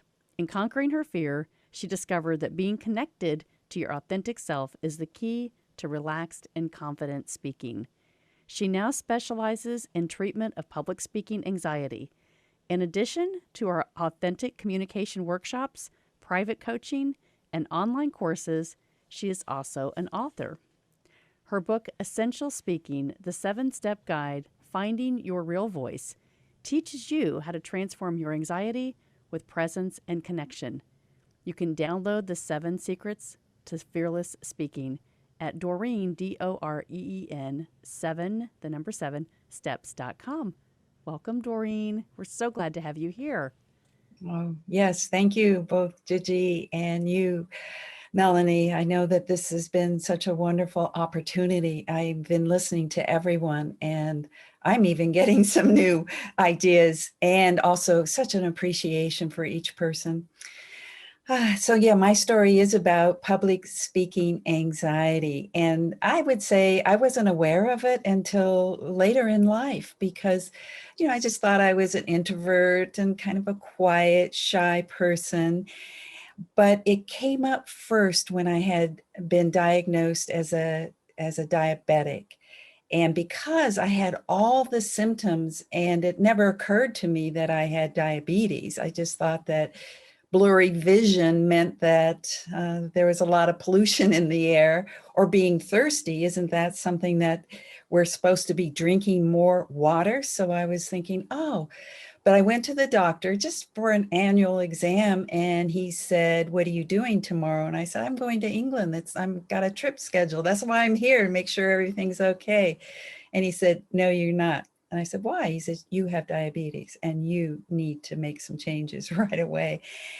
And with that shock, I realized that had I known I mean, really, I had been flirting with death probably without even knowing it. And so I got this, well, I want to go be part of a speakers bureau. Let me go to the, what is it? The American Diabetes Association and learn to go out into the world and give speeches. And it was 6 weeks of training. And the last week was about giving our presentation, and I didn't show up. I was just too terrified. And that's when I realized I had debilitating public speaking anxiety, and I could hide it. And I did. I hid it really well. I mean, I got a PhD subsequent to that, a PhD in psychology. And I started a business. I was doing research. And one day somebody, a meeting planner, asked me to share my research. And I said, "No, I have public speaking anxiety." And she was pretty surprised and said, "But you're a doctor? Isn't fear your business?" And that was a moment where I said, okay, I can't hide it anymore. Yes, I need to go out and handle this finally. You know, I think I was in my 40s by then. And so I took Toastmasters and I did as much of the public speaking trainings I could. But I tell you, folks, it did not get to the core of where my anxiety was. And so I realized, even though I got awards, got awards out there with Toastmasters, I realized that I needed to go deeper. And what does deeper mean? Ooh, it means going back and combing through my early life to try and find out what happened to me that I lost my voice. Did I really early on? And yes, I found several, but one I'll share right now is my mother suffered from depression and went into the hospital when I was 4 or 5 years old. My sister and I stayed with my grandmother. And when my mom came home to my grandmother's, my grandma would say to my sister and me, "Shh, be careful, be quiet. Your mom's going to go back into the hospital." And of course, little 4 or 5-year-old girls getting, "Oh, I got to be quiet. I got to hold myself in, and I can't be this, exuberant, vivacious little kid that I was." So in finally pinning down an early childhood experience, I came to realize that that was the tender part of me. So I have 2 techniques that I use in my treatment of anxiety around public speaking. I help people first define it. Let's say, like somebody who says they're an imposter. And so I have a clue somewhere in their life, something happened to them that made them feel like an imposter. And sure enough, somebody I've worked with said at 12 years old, his father died and his uncle came to him and said, "You're now the man of the family." So he goes, that's the root cause of my feeling like an imposter. So my root cause was lodged way back when. So how do we communicate? Well, there's 2 techniques. One is called inner child work. So the little one, my little one who wanted to run and jump up and down and play with her sister, maybe even pull hair and fight and do all the kinds of things maybe siblings do, she needed my attention. So I had to talk to her, and we call it dialogue with parts. So I gave her a name, little one. I just called her little one, and then me. So me says, "Hello, little one." And the little one said, Yeah, you left me behind. You went and got a PhD. Thanks very much. But hello, I have a voice too. Come on.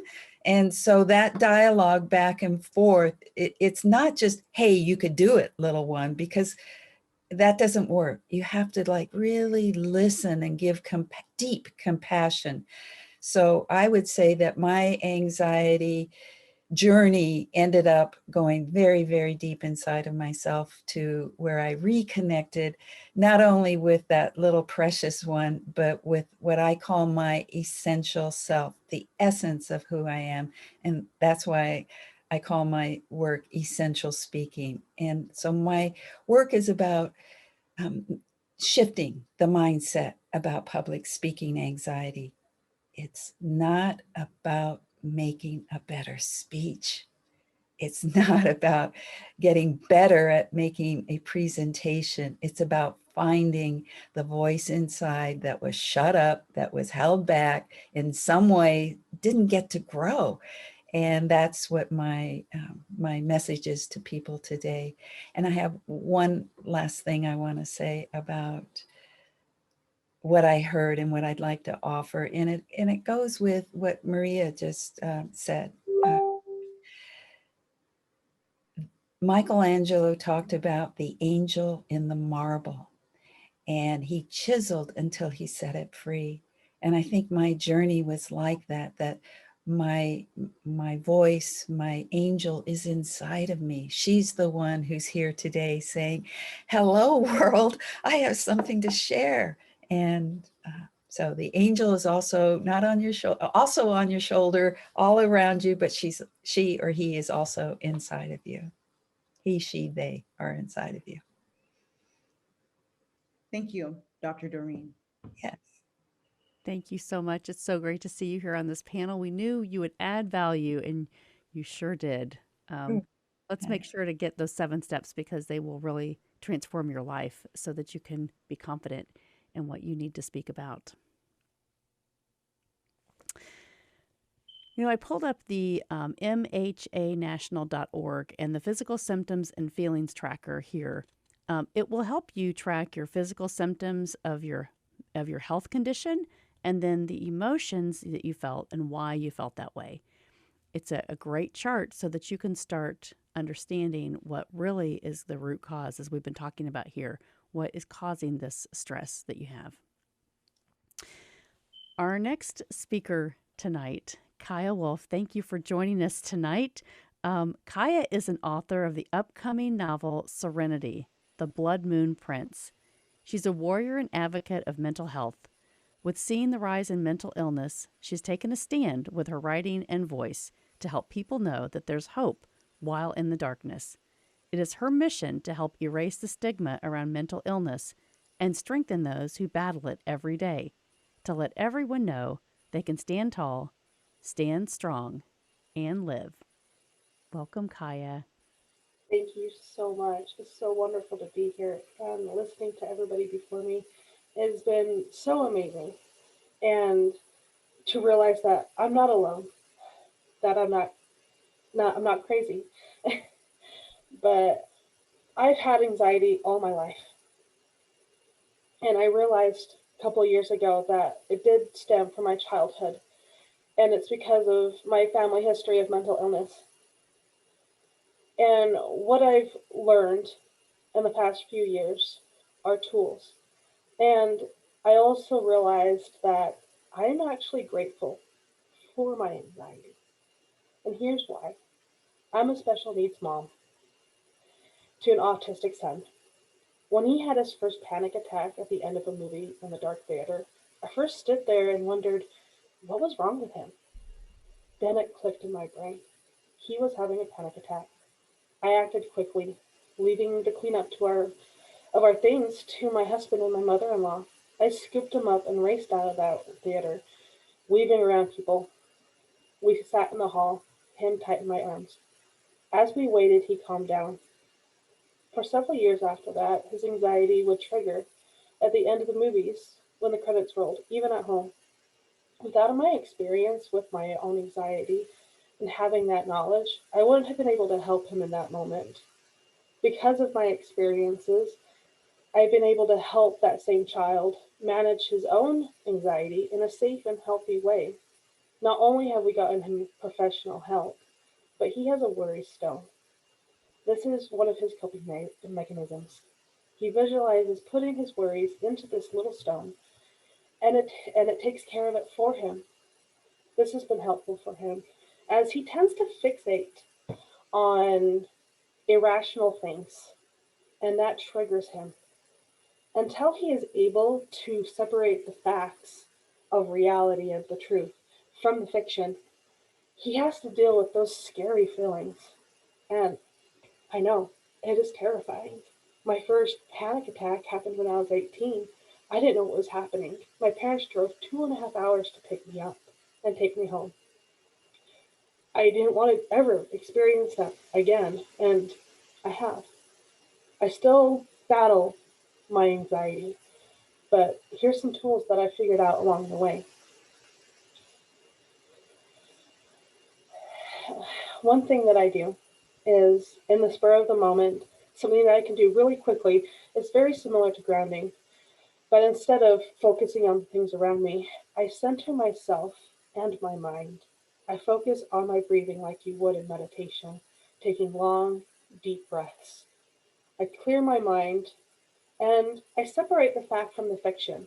What's real, what's truth, versus what's fiction, or what is my brain thinking is the problem, or the fear, or the danger that's not reality. Another thing that I find I can do, and I do this often when I'm in the car and my anxiety starts to trigger, or I'm at home, is I listen to music. I have playlists for certain things. Sometimes it's the lyrics, sometimes it's the rhythm. I have found, for me, that very rhythmic music, like ancient music, like Native American music, or ancient Norse or Scandinavian music, where there's a heavy, skin covered drum beat. I find that that drum beat beats my anxiety away. The last thing that I have found that I want to share with you today is diving into my spirituality. Whatever your path may be, diving into it can help you further find peace and to give you a way to grow. I've really dived into my spirituality over the past year, and since that, I have found more peace, happily, and it helps me feel stronger against my mental illnesses. Like so many before me have said, it is very important that you seek medical help, professional help, if this is overtaking your life. I have felt at times where that I was not functional. If you fear living because you might face triggers, or your anxiety is so present that that is all you see, please seek help. It's not, it doesn't make you weak, it makes you strong. Second, find coping mechanisms, as they will help you come out of the anxiety quicker and can help you cope with each time. Find ways to prepare yourself for situations that might trigger you, like driving or being alone in your own home. Third, find the strength to face your anxiety. You can do this through your spirituality and through your beliefs, and just grow beyond that. Anxiety may be a part of our lives, but it doesn't have to rule it. Thank you so much. Thank you, Kaya. Thank you, Kaya, for those uplifting words. Right? We have to take control. We can do this. Find someone to help. And with all these other, this mhanational.org, one of the questions on one of these help trackers is who or what can help you to stay accountable? So this can be someone who's working with changes or just reminding you to stay on track. So there's lots of technology out there. If it's an app to remind you to do certain things, or get a person in your life that has your back, do that today. Our next panelist, Anne Greco. Anne, we're so excited that you're back and joining us tonight. You help busy professionals who want freedom from stress that leads to chronic anxiety and burnout. Your background is in mental health counseling, and now you coach people, giving them the practical strategies on how to manage their concerns so they can thrive at work and lead a life that they love. You've been working with people along the whole spectrum of mental health concerns, from nervousness and stress to diagnosed mental illnesses for over 18 years. You've helped thousands of patients and clients find a way to stand in their power, no matter what. At the core of your passionate stand for all people to live powerfully, you want to reduce the staggering statistics associated with workplace burnout and chronic mental health conditions. Thank you so much for being here and adding value to this panel tonight. Oh, thank you so much for having me. One of the things that I was reminded of as I was listening to people speak was something that I said a couple of decades ago when I first started to do treatment. And the statement was, it's my feeling that the healthiest people are the ones who come in and seek help. Everybody else is out on the loose. And because I believe that mental health issues, any of them, and particularly anxiety, are so much a part of the human condition, it's part of who we are. And it's important that we work on these issues and learn about them to understand them. So for today, what I've prepared for everybody is a little bit of content, and part of it is to mention the cycle of anxiety. And one of the things to notice about the cycle of anxiety is that it begins with something that triggers the emotions of fear, worry, guilt, frustration. And when that happens, our first inclination is to stop it, avoid it, get away from it. And then, of course, in that ability to take that away initially, what happens is it does seem to go away. But the problem is that it's still there and it is going to come up again. And when it's experienced again, it persists. You may have heard the expression, that which we resist persists. It persists and it's bound to worsen. And so what we're looking to do when we're managing anxiety is to be able to look at the situation that we're experiencing. And of course, when anxiety worsens, we know it immediately because we feel it in the body. We feel it in the form of somatic complaints like headaches, stomach aches, and different parts of the body. And of course, these are valuable signposts for us. They are pieces of valuable information that allow us to begin to learn more about ourselves. They get our attention. And when we begin to work with them, then the anxiety begins to be abated, it reduces, and we find the ability to be able to manage it. If you are seeking to manage anxiety and you notice what the situation is that you've had that provokes the anxiety, you will basically ask yourself a question. And it is, what are the aspects of the circumstances that I can control? What is within, and basically that is, what is within your control? Sometimes many of the circumstances are not even within your control, except for what you are thinking and what you are feeling. And of course, being able to address those issues, that your thoughts and your feelings, it eventually leads to your behavior, which builds healthy skills for being able to manage and reduce anxiety ultimately. To sustainably be able to manage the anxiety, it does take a little bit of work, in my opinion. It involves getting to what we call the core beliefs. And those core beliefs that we have within us have a tendency to anchor conditions like depression and anxiety and then perpetuate the cycle. And for anyone who wants to know more about how to address the core issues, basically we pull them up at the roots. People begin to deal with them, they look at them, they understand them, and create interventions around them to be able to lead a happier and healthy life. And if anybody has any questions, please feel free to reach out and connect with this panel. Please feel free to have a conversation with me or anyone you know who understands and wants to support you. it will make all the difference for you moving forward. And thank you very much. Thank you, Anne. Thank you so much, Anne. You're always a wealth of knowledge, and just knowing that there is help. I love what you said about the ones that get help are the ones that really are doing the right things, right? Sometimes we say, well, we don't know what to do, but just ask someone and get the assistance, right? So thank you for reminding us of how important that is. Our next panelist tonight is Olga Brooks. Good to see you again, Olga. You are the quantum energy healer. She's the international best-selling author through co-authoring books.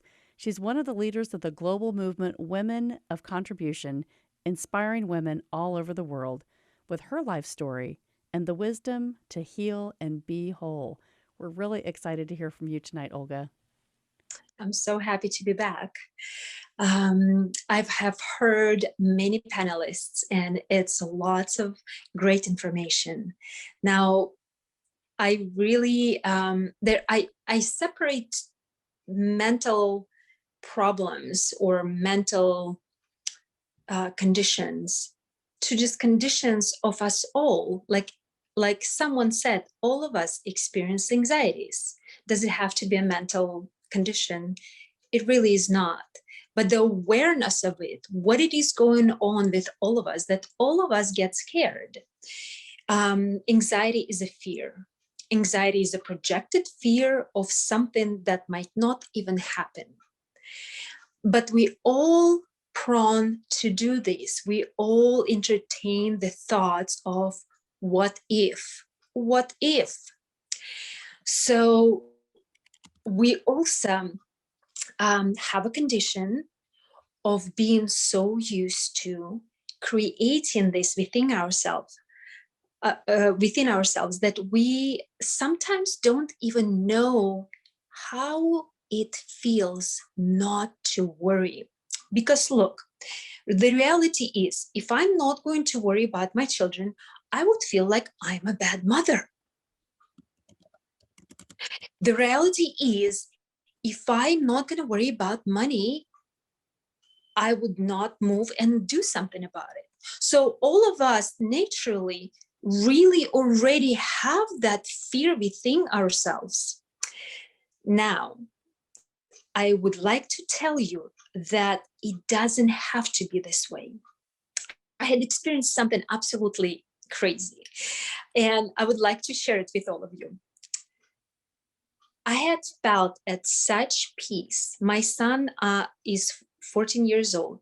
He's going through crazy restorative surgery on the 21st of April. So he will have to have a metal, like titanium rods installed in his body and open up his rib cage because it hasn't been developing well.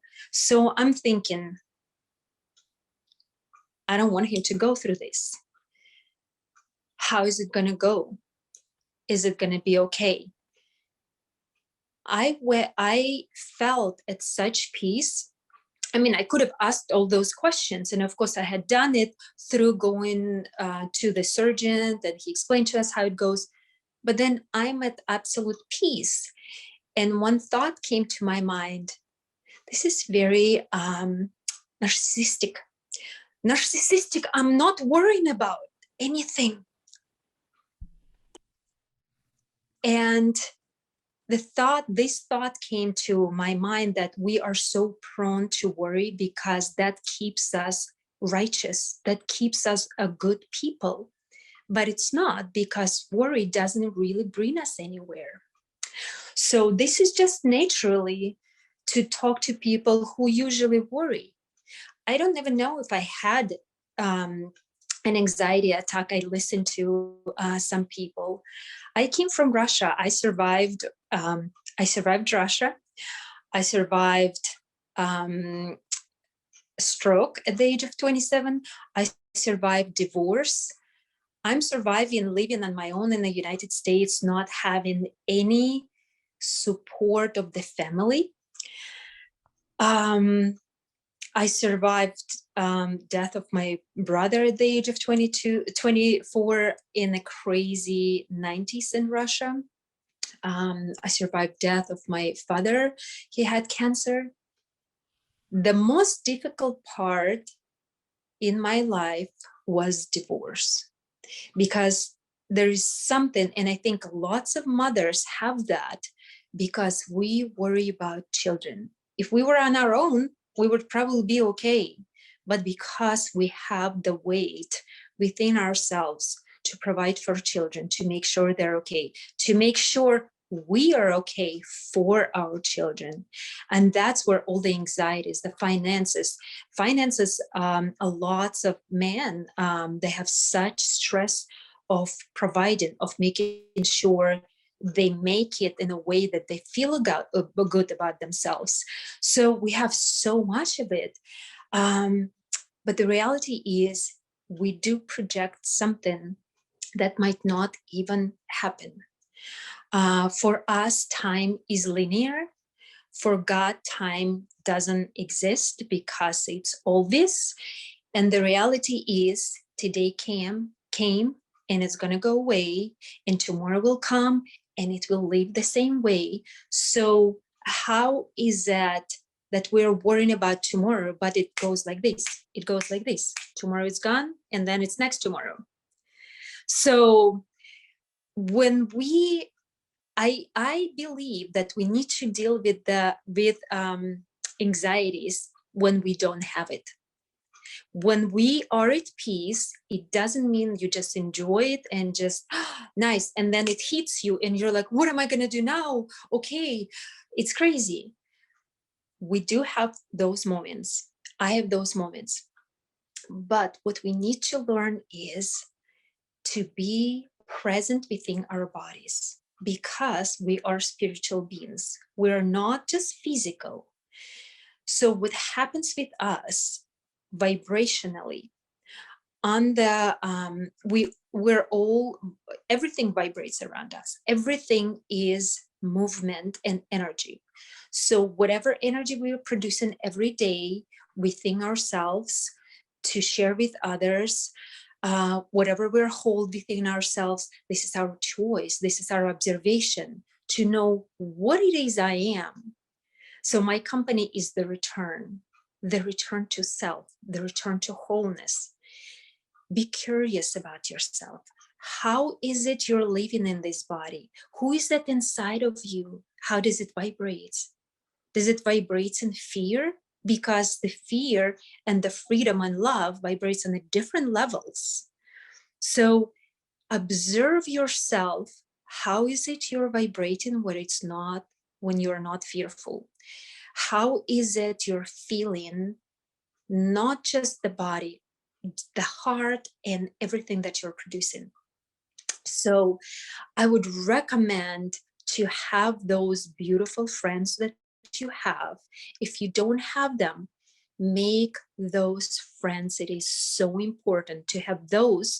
And I love it. You know, I'm studying rapid transformational therapy with Marisa Peer, and she's amazing. I was learning a lesson today because I would like to help people on a very, very deep level, dealing with many, many childhood problems.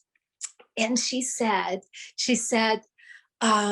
feelings are like gas. It has to come out. It is an amazing, like you can see that whatever we're holding in, it will bring us down. It has to come out, be that happiness or be that, well, happiness, I think naturally, because it's a high vibrations, it's always out.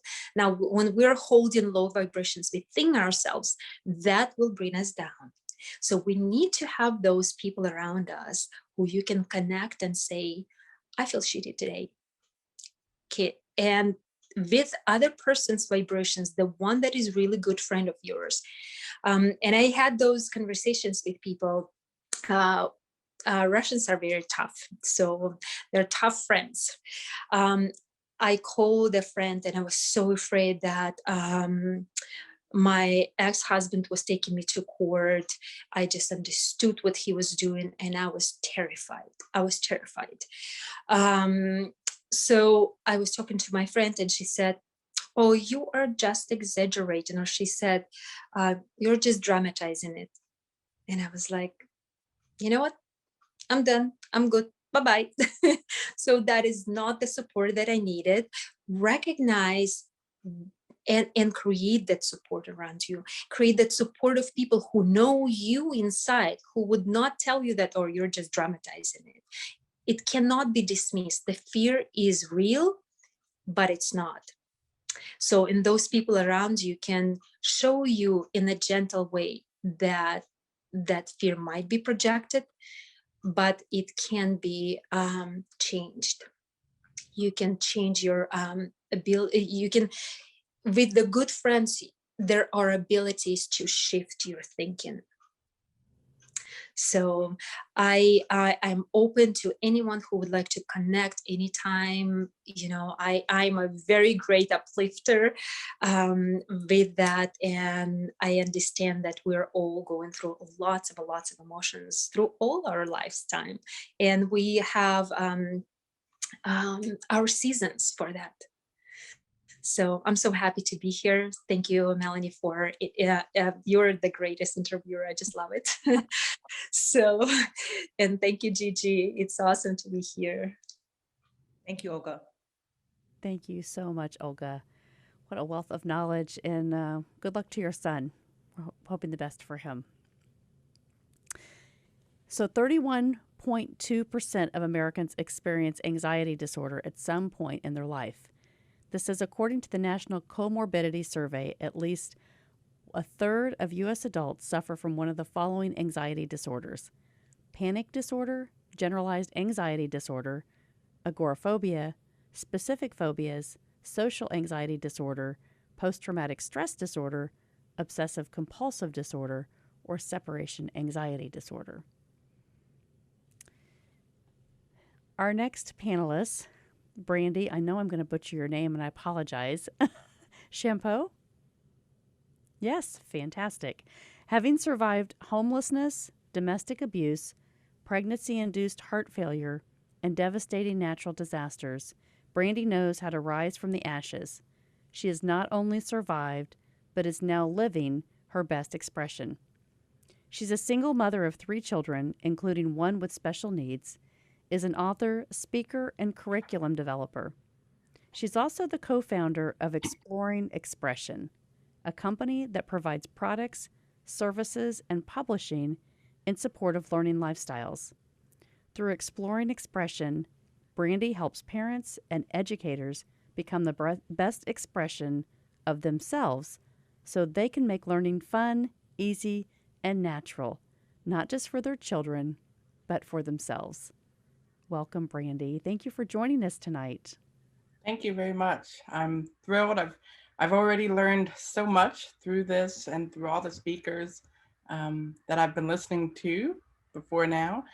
I wanted to take a little bit of a different track and talk about my experience with anxiety as it relates to being a generational curse. You know, growing up, my mother was bipolar. She had manic depressive, and so she went through many, many bouts of anxiety. And as I came into adulthood and began to experience anxiety and experience panic attacks, and those moments when you think you're dying, or you think you're having a heart attack, or you don't know what's going on, you know, I didn't see them as connected. I didn't see the idea of my mother had this, and so now I am going through this. It wasn't until, because, you know, with all of the small traumas in my life, I equated anxiety to a reaction to trauma, to a reaction to all the traumas all along. And it wasn't until I started witnessing my children begin to have panic attacks and my children going through their own anxiety issues that, you know, it gave me a pause, and I said, wait a minute, how is this happening? How are they becoming my self-fulfilling prophecy, right? And how can I help them? How can I help my children both understand what I'm going through and how to help me if I'm in the midst? because I remember being a child and being a teen with my mother going through a panic attack and just being completely unprepared. And it's a frightening experience it was a frightening experience for me as a child. And so I can only imagine the experience my children have watching me go through it. And so I began to look at how can I make this easier for myself so that I can make it easier for my children as they not only live with me through it, but then as they grow into their adulthood. You know, how can I help them not have to follow the same path that I took to get here? Because, you know, we all want our children to live slightly better than we lived. And we walk some of the paths so that they don't have to. And so I came up with a couple of things, just a couple of quick things on how you can better manage your anxiety and also communicate, because a lot of what I do is deals with communication. How can we communicate to ourselves and how can we communicate to our children to help us all live better lives? So I came up with 3 things to help us interface with our children about anxiety, both from our standpoint and from their standpoint. And the first one is to be honest. To be honest. Growing up, you know, my parents never acknowledged that's what was going on. And so it was that much more frightening for me because I didn't have the information and I didn't have the tools that would help me help myself and help them.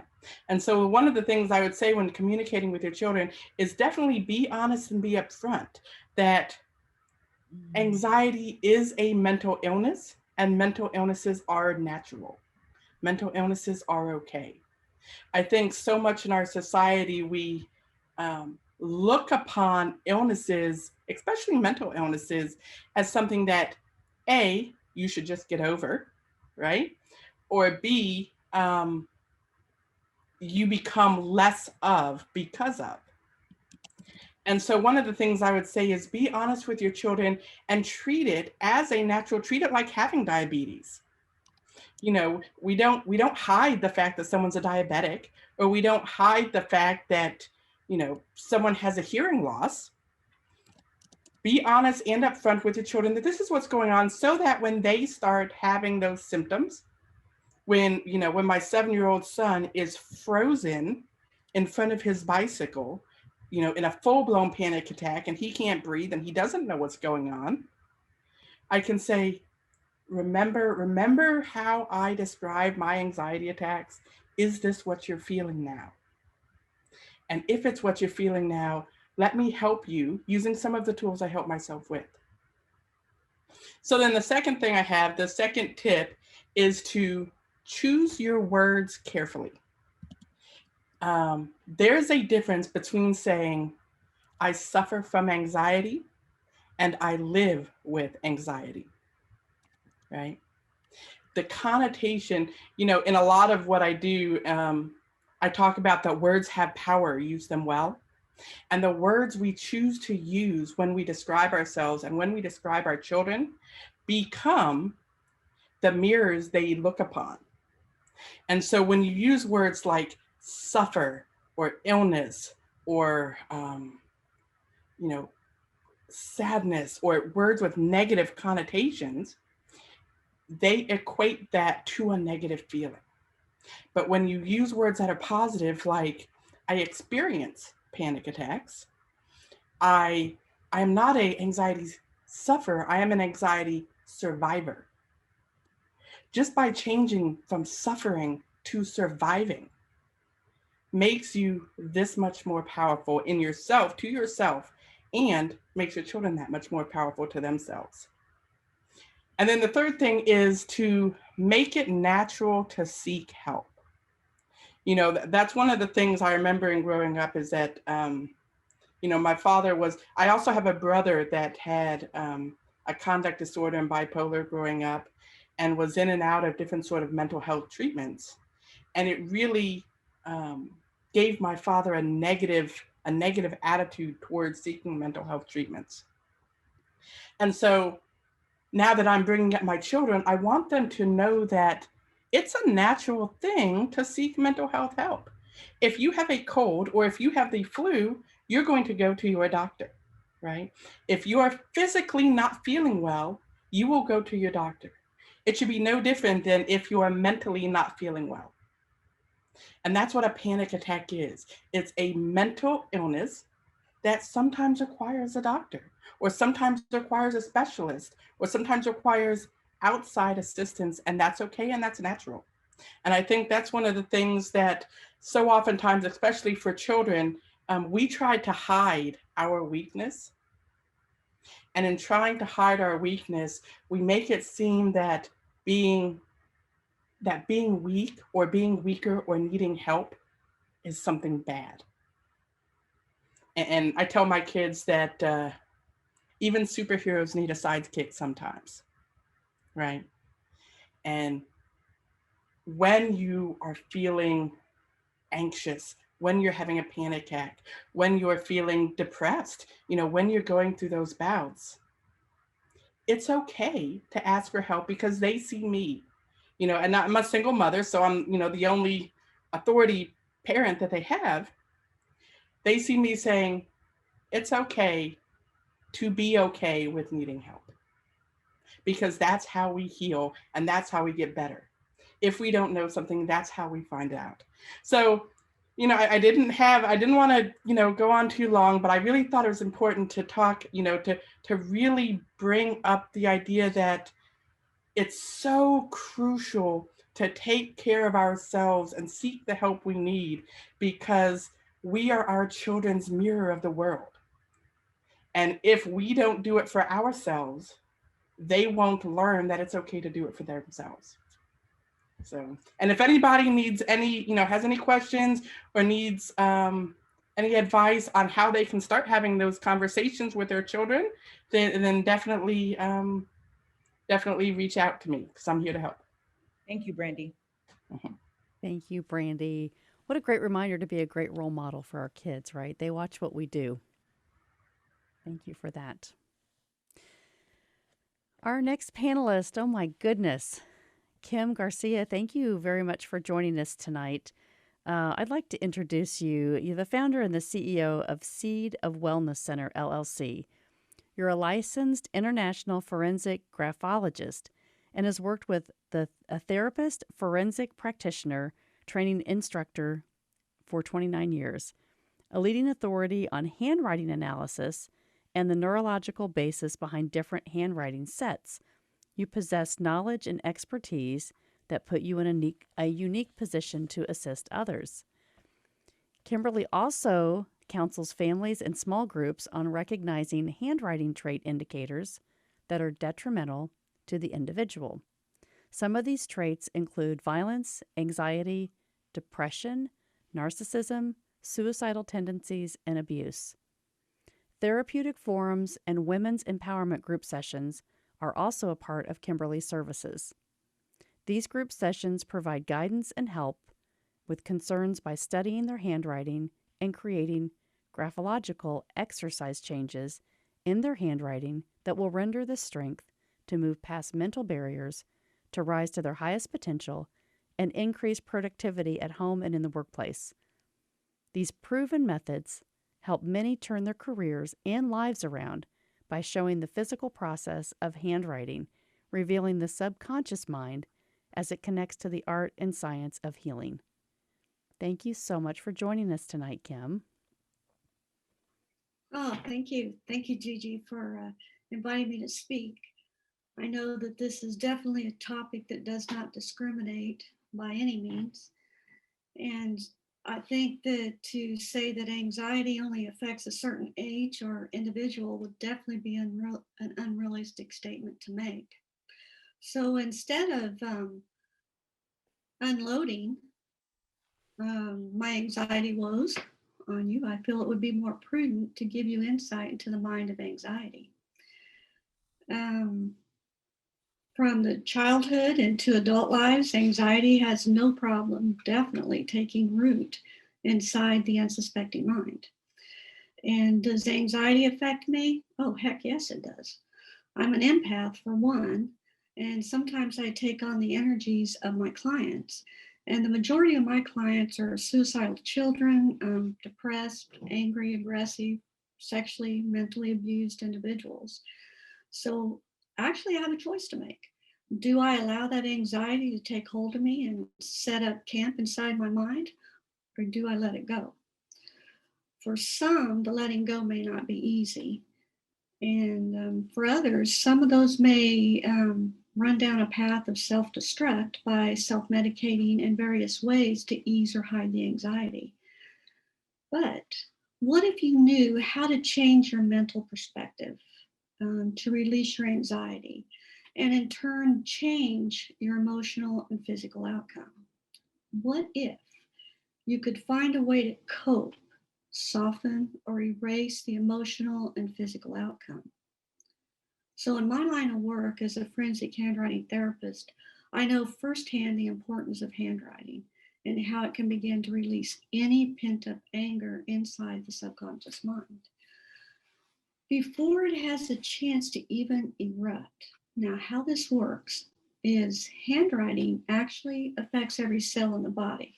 So, I'm pretty sure a lot of people didn't realize that part. Handwriting is actually mind writing. Everything that affects us emotionally, physically, psychologically will enter into the subconscious mind, and it will create what we call a timestamp memory. Now, any negative trigger points that are hiding out in the subconscious can actually be released by writing.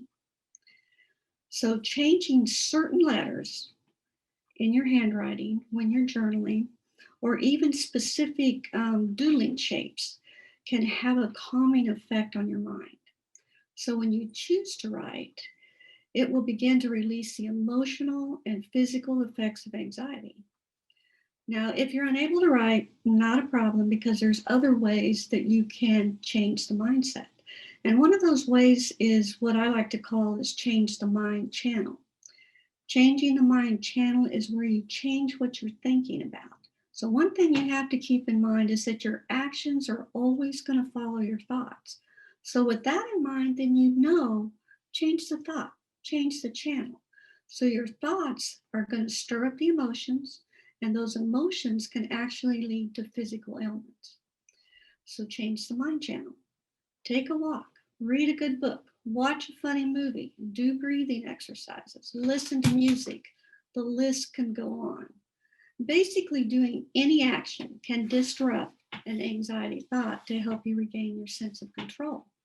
But I will tell you, being indecisive about changing the mind channel could actually keep you from moving forward and allowing that anxiety to actually become your best friend. So I'm pretty sure that's not what you would like to have happen. So for my biggest anxiety buster, for me, it's my relationship with God. Laughing with my children, my grandchildren, my family members, and my friends. Journaling, of course, that's a big one.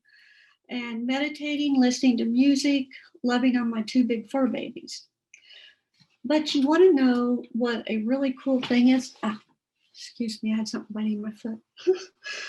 Is once you learn what those God-given resources are within you, well, whether it be by journaling or changing your mind channel to the station that will actually work for you, that's when you will really find yourself becoming an anxiety survivor. Now, I would like to end with a passage. And now, dear brothers and sisters, one final thing. Fix your thoughts on what is true and honorable and right and pure and lovely and admirable. I want you to think about things that are excellent and worthy of praise. This is Philippians 4:8. Now, if you would like to know more on how handwriting can transform your life by changing your handwriting, you can reach me through my website at Seed of Wellness Center. That's SEED of wellnesscenter.com. Or you can also find me on LinkedIn. Thank you all for listening. God bless. Thank you. Thank you, Kim. Thank you so much. A whole different spin on things we need to be paying attention to, right? It's all about the forensics, and the stress really does show up and our physical symptoms so much. So thank you for that education. You're Very welcome. helpful. Donna Campbell, welcome back. You are our last panelist tonight. We're excited to hear from you. You are known as the Mind Whisperer. You combine your past knowledge, wisdom, and experience to assist you in creating and restoring a life of happiness, prosperity, and love. You have over 25 combined years of professional experience. As a former financial advisor, your book, Financially Fit, is #1 as an Amazon international bestseller, bringing together the world of money and the energy body and the soul's essence. You're a professional speaker, sharing your techniques during interactive workshops, and maintains an international private practice. Now, you've shared the stage with Lisa Nichols, Dr. Joe Vitale, Sharon Lechter, and David Meltzer. Your personal heart-centered healing philosophy is to create a world that is a better place for all of us to live. Thank you so much for joining us tonight. And thank you for having me here today. It is a pleasure to be back.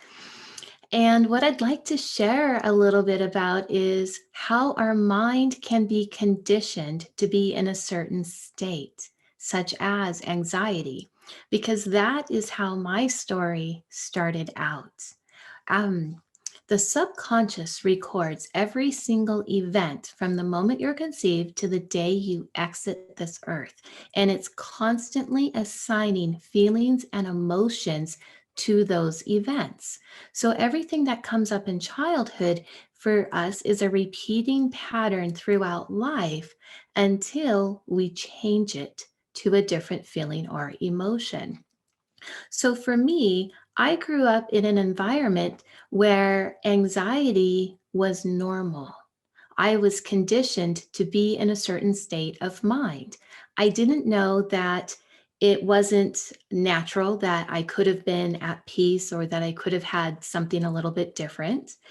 And what that anxiety did was it triggered me into different fears. And a lot of it had to do with my mom, because you didn't know one day if you were going to be in a good, happy state when she came through the door, or the next day she wasn't. So it was like walking on eggshells. So you didn't know what was going to happen or how to respond until it happened. Over time, those patterns for me continued until I was in a relationship that the person, after 2 years, decided to become abusive. Yes, I walked on eggshells during that entire relationship, not knowing what was going to happen, and then started having panic attacks. There's always a gift in everything that we do, in every life that we have.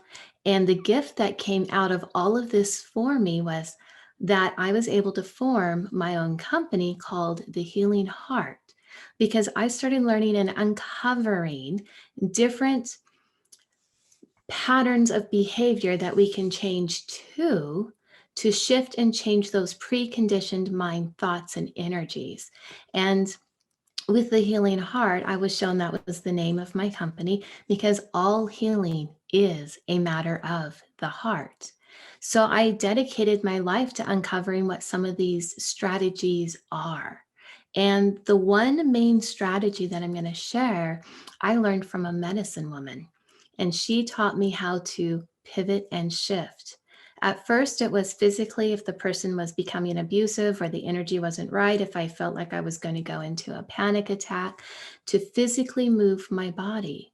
Because every time that I did, the energy of the room would change. So if I was sitting down, stand up. If I was standing, go get a glass of water. If I needed to, leave the room or leave the house. One, it kept me safe. Two, the anxiety or the stress that was building up in my body was able to leave. And then from there, she taught me how to change that on an emotional level. And that's what I do for myself. That's what I do in my business for clients, whether it's stress, anxiety, depression, loneliness, whatever those energies are, you have the power to change it. You only have to recognize it. Another really quick tip is a breathing exercise that I also utilize that I learned from a yogic healer. And what he shared was when we breathe in, we're breathing in oxygen, all the good things in life. And when we breathe out carbon dioxide, which is all the things and the toxins our body doesn't want. So it was a way to focus the mind that when you breathe in, you're going to breathe in peace, you're going to bring in balance, or maybe the opposite energy, happiness, and you're going to breathe out stress, anxiety, and fear. And when you do that for a couple of minutes, the whole body physiologically changes inside. So there's the 2 tips that I can share with you that you can consciously do to move forward to help change those preconditioned mind thoughts that we have growing up. Thank you, Donna. Thank you. Thank you so much, Donna. Great tips for us to remember. It's all about just taking control over that mindset. We've heard it again and again and again. And I hope that if you just tuned in or you were watching this from the very beginning, you had your journals, and there are so many places that you can go to get the help that is needed. Now, I'd like to transition into our sponsors tonight because we have people that without them, we wouldn't be able to do this. And so I just like to take a couple of seconds here to thank Michael Butler, CEO of Beyond Publishing. I know he can't be with us tonight. Daniel Gomez, I'm not sure if he is here in the room, but I know Ragni Sanikas is here, and I'd like to give her some time to speak. She is the founder of World Women Conference and Awards and Women Entrepreneurs TV, Changemakers Coach, and public speaker. Welcome, Ragni, and thank you for always supporting and joining us tonight. Beautiful, what an extraordinary event, and I want to congratulate every single speaker who has been here sharing their own very, very intimate stories and experiences, and hoping that every single story has the power to change someone else's life. And definitely, I'm pretty sure that each one of them touched someone, and by doing so, we are able to be the change makers in our own lives and in others. I think the only reflection which I would like to do today is that with better awareness, we are able to make better decisions, and with having the opportunity to make better decisions, we are able to get better results. So wherever you are at this point in your life, just keep in your mind that you are never defined by your circumstances. So the anxiety of whether it comes from your past experience and you are afraid that it's going to be repeated, or whether it's the anxiety, what's going to happen tomorrow, which, as every single person who has mentioned, is a probability that it's never going to, then have the awareness of what it means to live now, the power of now. So I think that's the starting point. When you feel the anxiety, just be aware and be conscious of the power of now. And I think from there you can start to manage so many things. And I'm so happy with all those very tactical advices which we're giving, because yes, doing sports, taking care of yourself, really taking care of yourself is the one that you need. You need to put the mask on yourself first, and then you can help others. So do so, really do so, and love yourself. Take care of yourself, and you will be fine. And beautiful. I want to congratulate you, Gigi. Again, what a marvelous event, and we are so proud to have you with us chapter leader for Florida for World Women Conference on the Words. Lakeisha James, the Atlanta's chapter leader. You guys are rocking it. You are such an incredible team together. And Melanie, you just you don't stop to surprise me every time. I'm now really looking forward to every event, because you add so much value to everybody who's taking part and who's listening, and that's a beautiful part. So I just wish everybody who you are watching that you did make notes, and more than anything else, also take action. By taking action, you can become the hero of your own life. And when you share this video, this transmission, you can become the hero in someone else's life. So do it. Thank you very much. Thank you, Ragni. Thank you so much, Ragni. It's so great to see you. Always an inspiration to all of us. So thank you to everyone that has continued to join us tonight. Remember that there is a Facebook group that we'd like for you to join us for more conversation. You have specialists and physicians, all kinds of help that you can reach out to for resources. I'd like to turn it over to Lakeisha. Now I know you're going to say a prayer for us. Yes. Before Lakeisha ends off with the prayer, I wanted to go ahead and end off by sharing my story in regards to overcoming anxiety. And I share this with you all here today. But before I go into that, I want to tell you all that the stigma in regards to anxiety and mental health end here today. You are not anxiety, and anxiety does not define you. Never let anxiety keep you from living. There is hope. The individuals who share their stories today, they are your hope.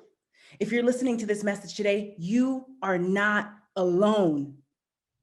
You've heard from several of the survivors today that they have overcome anxiety. You can overcome anxiety. You can begin to live your life. I'll backtrack here and I'll tell you this.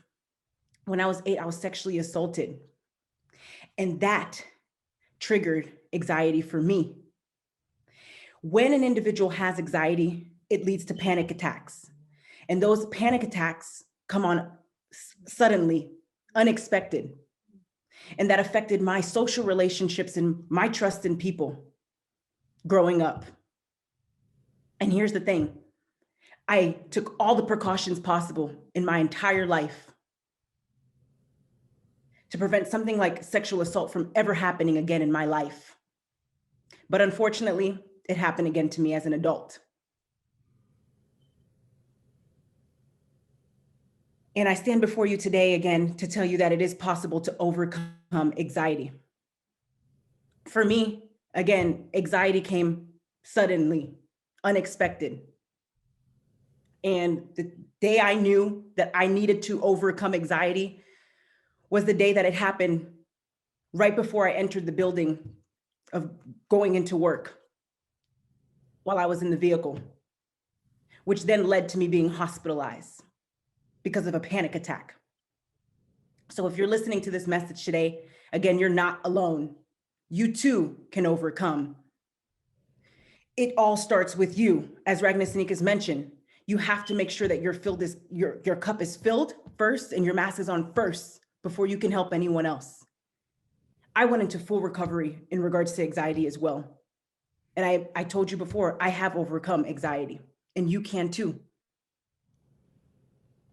You have to, it's all in your mindset. You have to shift your mindset. And here's the thing that helped me. Write this down. Anxiety, like fear, is only as real as you believe it to be. It's just like anything else. You think of a financial matrix. Once you're out of that financial matrix and you understand financial literacy, then you're out of the financial matrix. So just think of anxiety like a matrix. It's just a mental matrix. But once you understand that it's only as real as you believe it to be, like fear, you can step out of it. I haven't had a panic attack in years.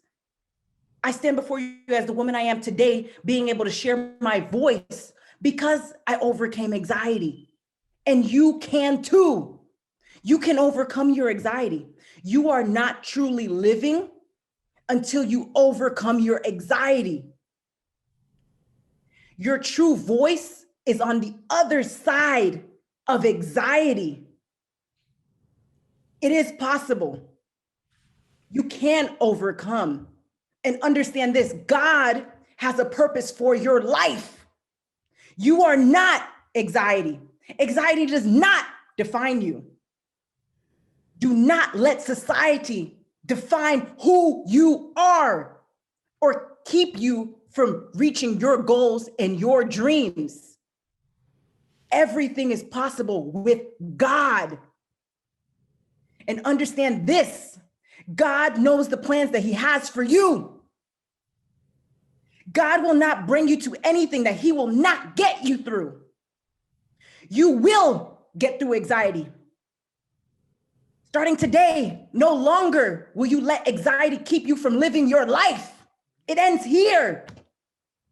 That's it. Let it go, let it go, let it go, let it go, let it all wash away. And remember this, Joshua 1:9 states, haven't I commanded you be strong and courageous? Do not be afraid or discouraged, for your Lord your God is with you wherever you go. Therefore, remember, God is with you wherever you go. You're not alone. Keep moving forward. And thank you all again for being here today.